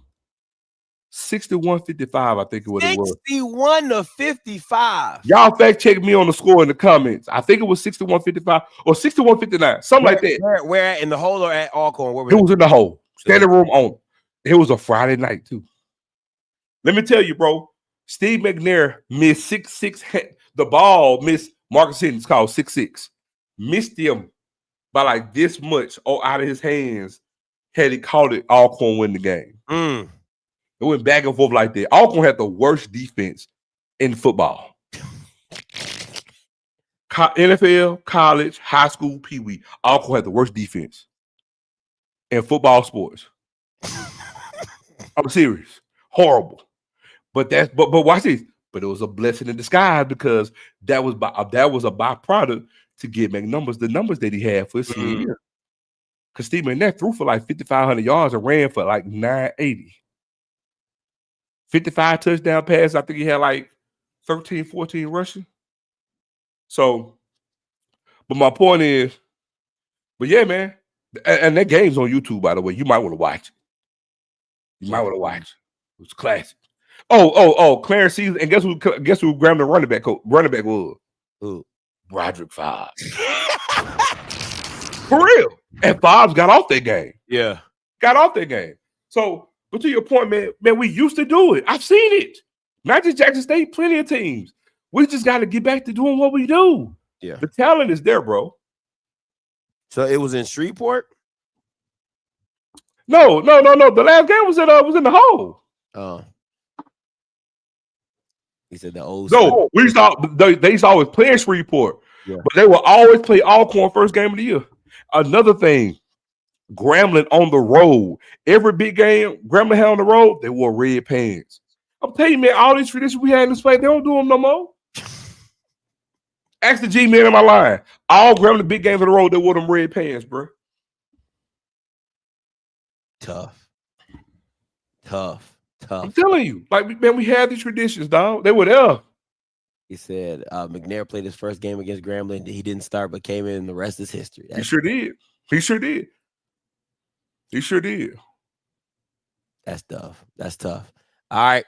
Last game. Can we gloat? Can we gloat? Listen. Can we gloat, man? Listen. Man. Look, I ain't know I was gonna be more right than I was. I didn't know I was gonna be more right than I was. I said they're gonna have a say-so who win the damn MEAC. They said, damn, we're gonna raise your ass one. We just gonna win the motherfucker. We just gonna silence all the critics. Man, came in and stung a bitch. I mean, bro. Dog. Them boy about to be 3-0. 3-0 conference. Real fast on your ass. 3-0 in conference. You ain't never lie. Them boy about to be 3-0 in conference. Easy. Now, I wouldn't say, look, I ain't that good. I ain't say they're gonna be and in conference. No, I didn't say that. Now that right there would be some hellified, some ridiculous glazes. And we didn't see that. No, we didn't. Them boy about to be first year. And I'm going to keep saying it. That's why I feel like the Norfolk State job just makes it look even worse. Like I can't explain how bad what Vic is doing at Norfolk is such an indictment on him and his coaching staff because Delaware State was a worse job. Worst job. Dawson Odoms had pieces in there. Man. No, not only that, you gotta go to all the other stuff, man. From a facility standpoint, man, Norfolk had it. I mean, go look at Norfolk State. They got the biggest stadium in the conference. Yeah. Leading the conference in attendance. Yeah. Delaware State fan like Prairie View fans right now. They just not finna start coming to the damn game. They was in Philly though. They was in Philly. It was in Philly. They was in Philly, but they ain't been at home. But you know what? But they're gonna be at the game tomorrow. Watch what I bet you. Yeah. Those today. The game today. Oh yeah. Forgive me. They're gonna be there tonight. They're gonna be there today. Tonight. But the thing they give me is, bro, is that to your point, bro. It just shows you Vic was in over his head. He didn't get it. He didn't come to the job, man, with the fire and the intentionality that he did. He talked it. Yeah. But man, I'm telling you, it hit him late. That's what he fired him coaches. He's like, hell no, my name is on this. Facts. We gotta right this wrong. Deshaun Jackson came late. Remember, he took the job after Vic. He did. Matter of fact, Vic came to him asking him to be on his fucking staff. Deshaun got the job way after Vic. Started recruiting later than he did. Leading the country in the rushing. And mind you, they're more one-dimensional than Norfolk State is. Than everybody. The defense is god-awful. Let's just keep it a buck. The defense is god-awful. And somehow, some way, all they do is continue to show up and beat people in the biggest moments of the season. But you know what I like about the defense, though? Look, defense is not good, but it's like I told y'all, your defense don't have to be great, man. You just gotta find ways to say we broke some games, but man, we gonna be in, man. But just can you get out the field this play, man? Look, they had some success on this last drive. Let's just get out the field. If I got an incompletion on third down and you punt it, it's a win for me. It's a win. That's the thing about it, and that's why I always tell people. When you got a high-power running game, more so the high-power passing game, the running game is going to demoralize you because I'm winning in multiple facets. Yeah, I'm keeping your offense off the field. I'm wearing the fuck out your defense, and I'm getting points. It's applying more pressure because if you can't score, if for any reason, whether it's a penalty, turnover, or you get an incompletion, I ain't got to be good. You just got to catch the ball. If I get an incompletion and you put the ball to me, I'm gonna eat that clock up. Yeah. Wear your defense out some more and get a point and get touchdowns. That's all it comes down to. And guess what? Honestly, bro, if you go look at the last two games, because I'm gonna look at their stats conference play wise, they've gotten better at that, bro. They've gotten better at that. I'm gonna say this will be the game that I would tell Delaware State coaches and fans: do not take this team lightly. Morgan is not a very good team, but defensively, they can definitely do some things. And listen, if I was talking to Coach Nemo, I'm like, listen, man, stop playing around with that triple option. Just come out in it. Don't stop pretending like that ain't your Thanos. That is your ace in the hole. When it's Caden Bennett, Marquise Gillis, and James Jones, it is a triple threat that nobody wants to see. Absolutely nobody. And let me tell you why this. I'm going to just show you one clip of why this team is so dangerous. I'm going to show you one clip why this is dangerous with that triple formation. Because this is what happens, right?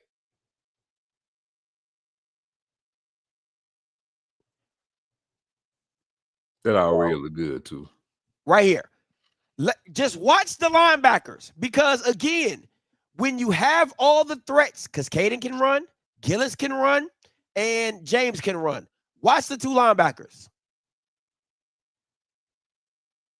That's game. Game, set, match. That's game, set, match. It's game, set, match. Mm-hmm. Scotty, what's that before the play? What's the old rule? Alignment and assignment, baby. Alignment and assignment. Alignment and assignment. This, I'm telling you, triple option is so deadly. It gave NCCU fits. It gave NCCU fits because you don't know who has it, who kept it, how, and next thing you know, by the time you see it, it's too late. And Scotty, that first down. What you hate to see is if you get 6-7 yards, I can do that until you stop it. Because if I'm getting 5-6 yards of whop, I ain't gotta throw the ball, Scotty. I can do the same thing. And guess what? I'm eating that clock up. I'm wearing your defense out, and I'm gonna score a touchdown. Because if I'm getting $6 pop, Scott, I can keep the ball for 5-6 minutes. Easy. All right. Easy. So I'm telling you, man. That to me is what you should see a lot of. That's I would tell Nemo, listen, bro, don't play with him. Do not play with him. Come out in that triple option. You know what? But I like what he did last week. He called a good game. I like the fact of how in the ways they mixed in the pass with the type of passing concepts that they utilize. Yeah. See, Nemo wasn't calling pass plays where like I'm just bullshitting calling pad pages to be throwing the ball. Like all of his plays, there was a method to the madness, and they coincided with running the fucking ball. Yeah. But see, again, watching Delaware State, to me, unlike a lot of people or just novice football watchers, it's boring. That shit ain't boring to me. I love watching them play. It's fun to watch a team run up and down, all down your throat on a drive and not throw the ball. I see all down your throat. It's a beautiful thing. It's a beautiful thing to watch, bro. But like, I want to see him throw the ball. I love the way Jack State ran the ball against FAMU. Loved it. Ran, man, 50-some rushing attempts. Yeah. Awesome. Thing of beauty. I loved it. Awesome. Thing of beauty. Yeah, that's not my type of game. That's not my type. I'm good. Look, throw me a little play action in there, here and there. See, I don't care to watch a high-powered offense that just throw the ball all game. That's boring to me. That's exciting to me. Just come back, boop, boop, picking you off left and right. That is exciting to me. I want to take your wheel away from you. It's you ain't taking no wheel throwing the ball. Football, as when it was created, you move a man from one place to another and taking his wheel from him. That's what you love in football, running that peel, dog. Toting that tater. Dog, you sound so southern. Toting that tater, right? Come on, man. Hey, like Key Jack would say, when you know you got a house back there. I listen, at the end of the day, I think that throwing the ball is where it's at. It's exciting. It's exciting. So, dog, let me tell you something. You know what? We get together, dog. I'm gonna show you some old school Oklahoma games, Miami Hurricane games, Nebraska. Whoo, when they had Tommy Frazier, they beat the shit. All they did was run the ball. When they played Florida, we had Steve Spurrier and Tommy Frazier, man, beat their ass in the championship. I think it was like 55 to 20. Ran that thing all down. They threw. He said a football shouldn't be thrown. That's crazy, bro. A football shouldn't be thrown. That is absolutely crazy. I like to throw the ball. I like balance. You know what I'm saying? But I'm telling you, dog. We didn't say nothing about that. But yeah, man. Yeah, rest in peace to Marshawn Neal. That was tough. Yeah. You know, me being a Dallas Cowboy too, so I know about him. So Zo got him 31-10, 31-17 my way. At the end of the day, man, Delaware State just got to keep doing what they've been doing. And they'll be fine. They'll be fine. But listen, that South Carolina State game it's around the corner. It is.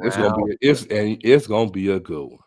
I'm listen, if they're both undefeated coming into that game, I am definitely gonna be in Dover. I'm gonna be in Dover. I don't believe that they'll both be there undefeated. You think SCCU gonna beat South Carolina State? I do.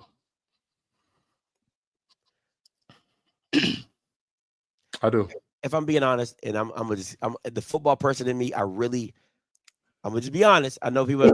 I don't want to see Delaware State in the Celebration Bowl because if it ends up having to play Jackson, that's just not a very good match. It's just not a very good matchup. Personally, I just don't think that's a very good matchup. It'll be a very exciting game just because of the notoriety from Deshaun and Jackson but it's not a good matchup. It's a strength going into a strength, and I would be very curious to see how they attack. You know what? Now that I think about it, you know what? I would like to see how they approach that game. I think that would be the kicker for me. How do you approach this game? Because defensively, Jesus. You know what I'm saying? The weapons that y'all got, the running guys y'all got, it'd be crazy. But it will be interesting to see how they go about doing it. So I'm very curious. But be it as it may, I would like to see this. Now, this will be a very good game. This will be because they defenses both suck. So it'll be a high scoring game. You ain't got to worry about that. Ain't gonna happen. But we'll say this though. It's gonna come down to either Delaware State or South Carolina State. It's gonna come down to those two. Yeah, that's fair. That's fair. Central out. Not if Central beats South Carolina State, and then South Carolina State beats. Yeah. But here's the thing: South Carolina State can beat Central. I'm just saying I believe that Central may get them. That's fair. But if Central wins that game, it's gonna come down to South Carolina State or Delaware though. I don't think people are gonna tune in as much if South Carolina State wins it and wins the MEAC. I think from an eyeball standpoint, if Delaware State makes it or if Central makes it, the ratings and everything will be great. I think even more so Delaware State than Central, just because of the buzz that Delaware State is getting with Deshaun Jackson. Central will get it just because you get the Jackson Central run back from the year when we lost to them. Yeah. Running it back. But I think Delaware State makes it. I think it's going to be the eyeballs are going to be on that motherfucker. Like, it's going to be crazy. Yeah. Yeah, I'm doing a watch party tonight for the Morgan game. I think it's coming on in a little bit, so we're going to get up out of here real quick. Final thoughts, though, before we get up out of here. You joining me for the Morgan State watch party? Yeah, I think I'm gonna come on for it. Okay, all right then. I might have to show the game, so that it might be a I'm gonna have to show it because it's ESPNU. Everybody YouTube TV's out, so we'll figure it out. But okay, nah, man, just look, I'm looking forward to it tonight, man, because I like watching Delaware State play. But again, I'm watching even more so because me and my friend Scottay called this early in the year, and everybody said that, oh, y'all drinking moonshine, you on some get off the boo-boo, or we called it early. Damn it, you gonna give us our props. Right. And I said this shit from all the transactions that was happening. I was like, y'all need to pay attention to this. This ain't no bull job. It's better than what Vic is doing. And guess what? Now I'll watch some other HBCU content creators. I ain't gonna say no names on here, but like now, Scotty, because they beat Central and they won last week, I've been seeing people say, "Oh yeah, Delaware State's gonna beat Morgan State." Like y'all have the energy behind it. Like I see it now, so I can believe it. Like nah, we saw this shit in the summer. In the summer, we called it, bro. And look, it was like, oh, Delaware State, they small, they this, they ain't gonna be good. All right, damn it, I know talent. You look at what you can't steal my thunder. You say that right there, because that was coming. Guess what? And that's fine. That don't negate what I said about Delaware State. It don't negate what I said about Jackson State. I sure said we're gonna run this shit back too. We'll be back there. I said it, but we're talking about a whole other conference. And damn it, guess what? How many of y'all had the foresight to even see that Delaware State was going to be good? Because y'all didn't say, we said they're going to be in contention with the MEAC. Y'all can't even say they ain't going to even be good. So how you going to bring me down when I'm right way the fuck up here? And y'all talking about something you couldn't even see that they was going to be good. I gave them 8 wins on my schedule. Oh, wax. 8 wins. You can go back to it today. 8 wins. And I said, they was going to pick. I said they was going to knock off one of the big dogs. I said they was going to knock off one of the big dogs. I mean, we both said it. I said I'm not because we didn't have all the information, all the roster. Remember, at the time, they haven't even finalized the coaching staff. Remember? Yeah. So I was like, I'm listening. Coming in and yeah, I'm doing everything off the intel that I was getting because I called Scottay the day that he announced, oh, my assistant head coach is Travis Clark. I said, oh, Scotty, I called him, Scotty. Let me fill you in on this right here. I see the play. I see what's happening. Did I not, Scotty? You did. Yes, you did. So the thing is that it's everything that we saw coming to fruition. Then when I start seeing the players he was bringing in, I'm like, oh, bro. Then Bennett came in. I was like, oh, shit. You can see it there. Players make it. They recruiting their ass off. Yeah. Also, right now, they're recruiting their ass off for the team for next year. So, needless to say, because we're not going to extend this out. But the thing is that none of y'all had the foresight. We both said they're going to have a say-so on who win the conference in year one. We both said they're going to knock off one of the 2 big dogs, either Central or South Carolina State. And we both said we probably feel better about South Carolina State but we said they're going to knock off one. But neither one of us saw them being 3-0 off the rip. Undefeated? Nah, I ain't see that. Because they finna give Morgan the business. And then after this, they got Howard. They going to beat the brakes off of them. Yeah.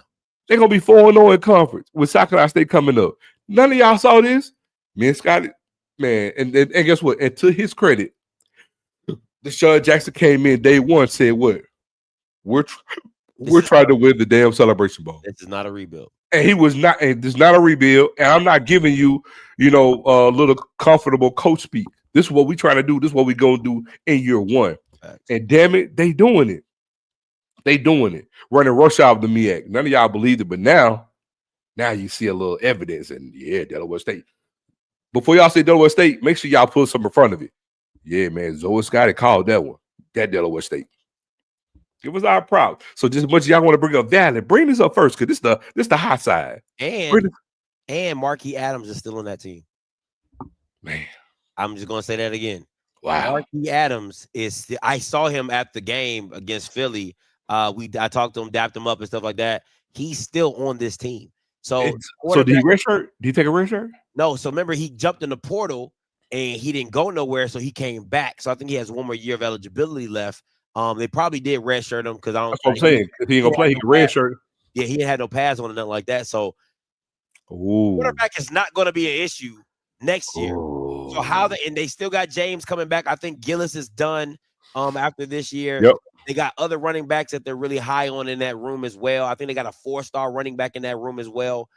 So it's talent. Talent is not going to be the problem. I'm just telling you, talent is not going to be defensively. What it looks like defensively next year, we'll see. But I want you guys to be I'm going to try to do a recruiting show with Zo and Blue. I really want to do that because I really want HBCU landscapes to kind of know what is going on and how these players are moving and transferring and what's coming in, because a lot of that stuff goes hitting under the radar a lot of times. So I'm glad you mentioned that. Yes, let's do a deep. So a lot of you don't know that's how I even got into the space. I am a football nerd, and so when it comes to HBCU recruiting, I've been doing this long before the internet. I've been doing it for Jack State for decades. So I literally would go on campus, knew what I would do literally before there was even an internet.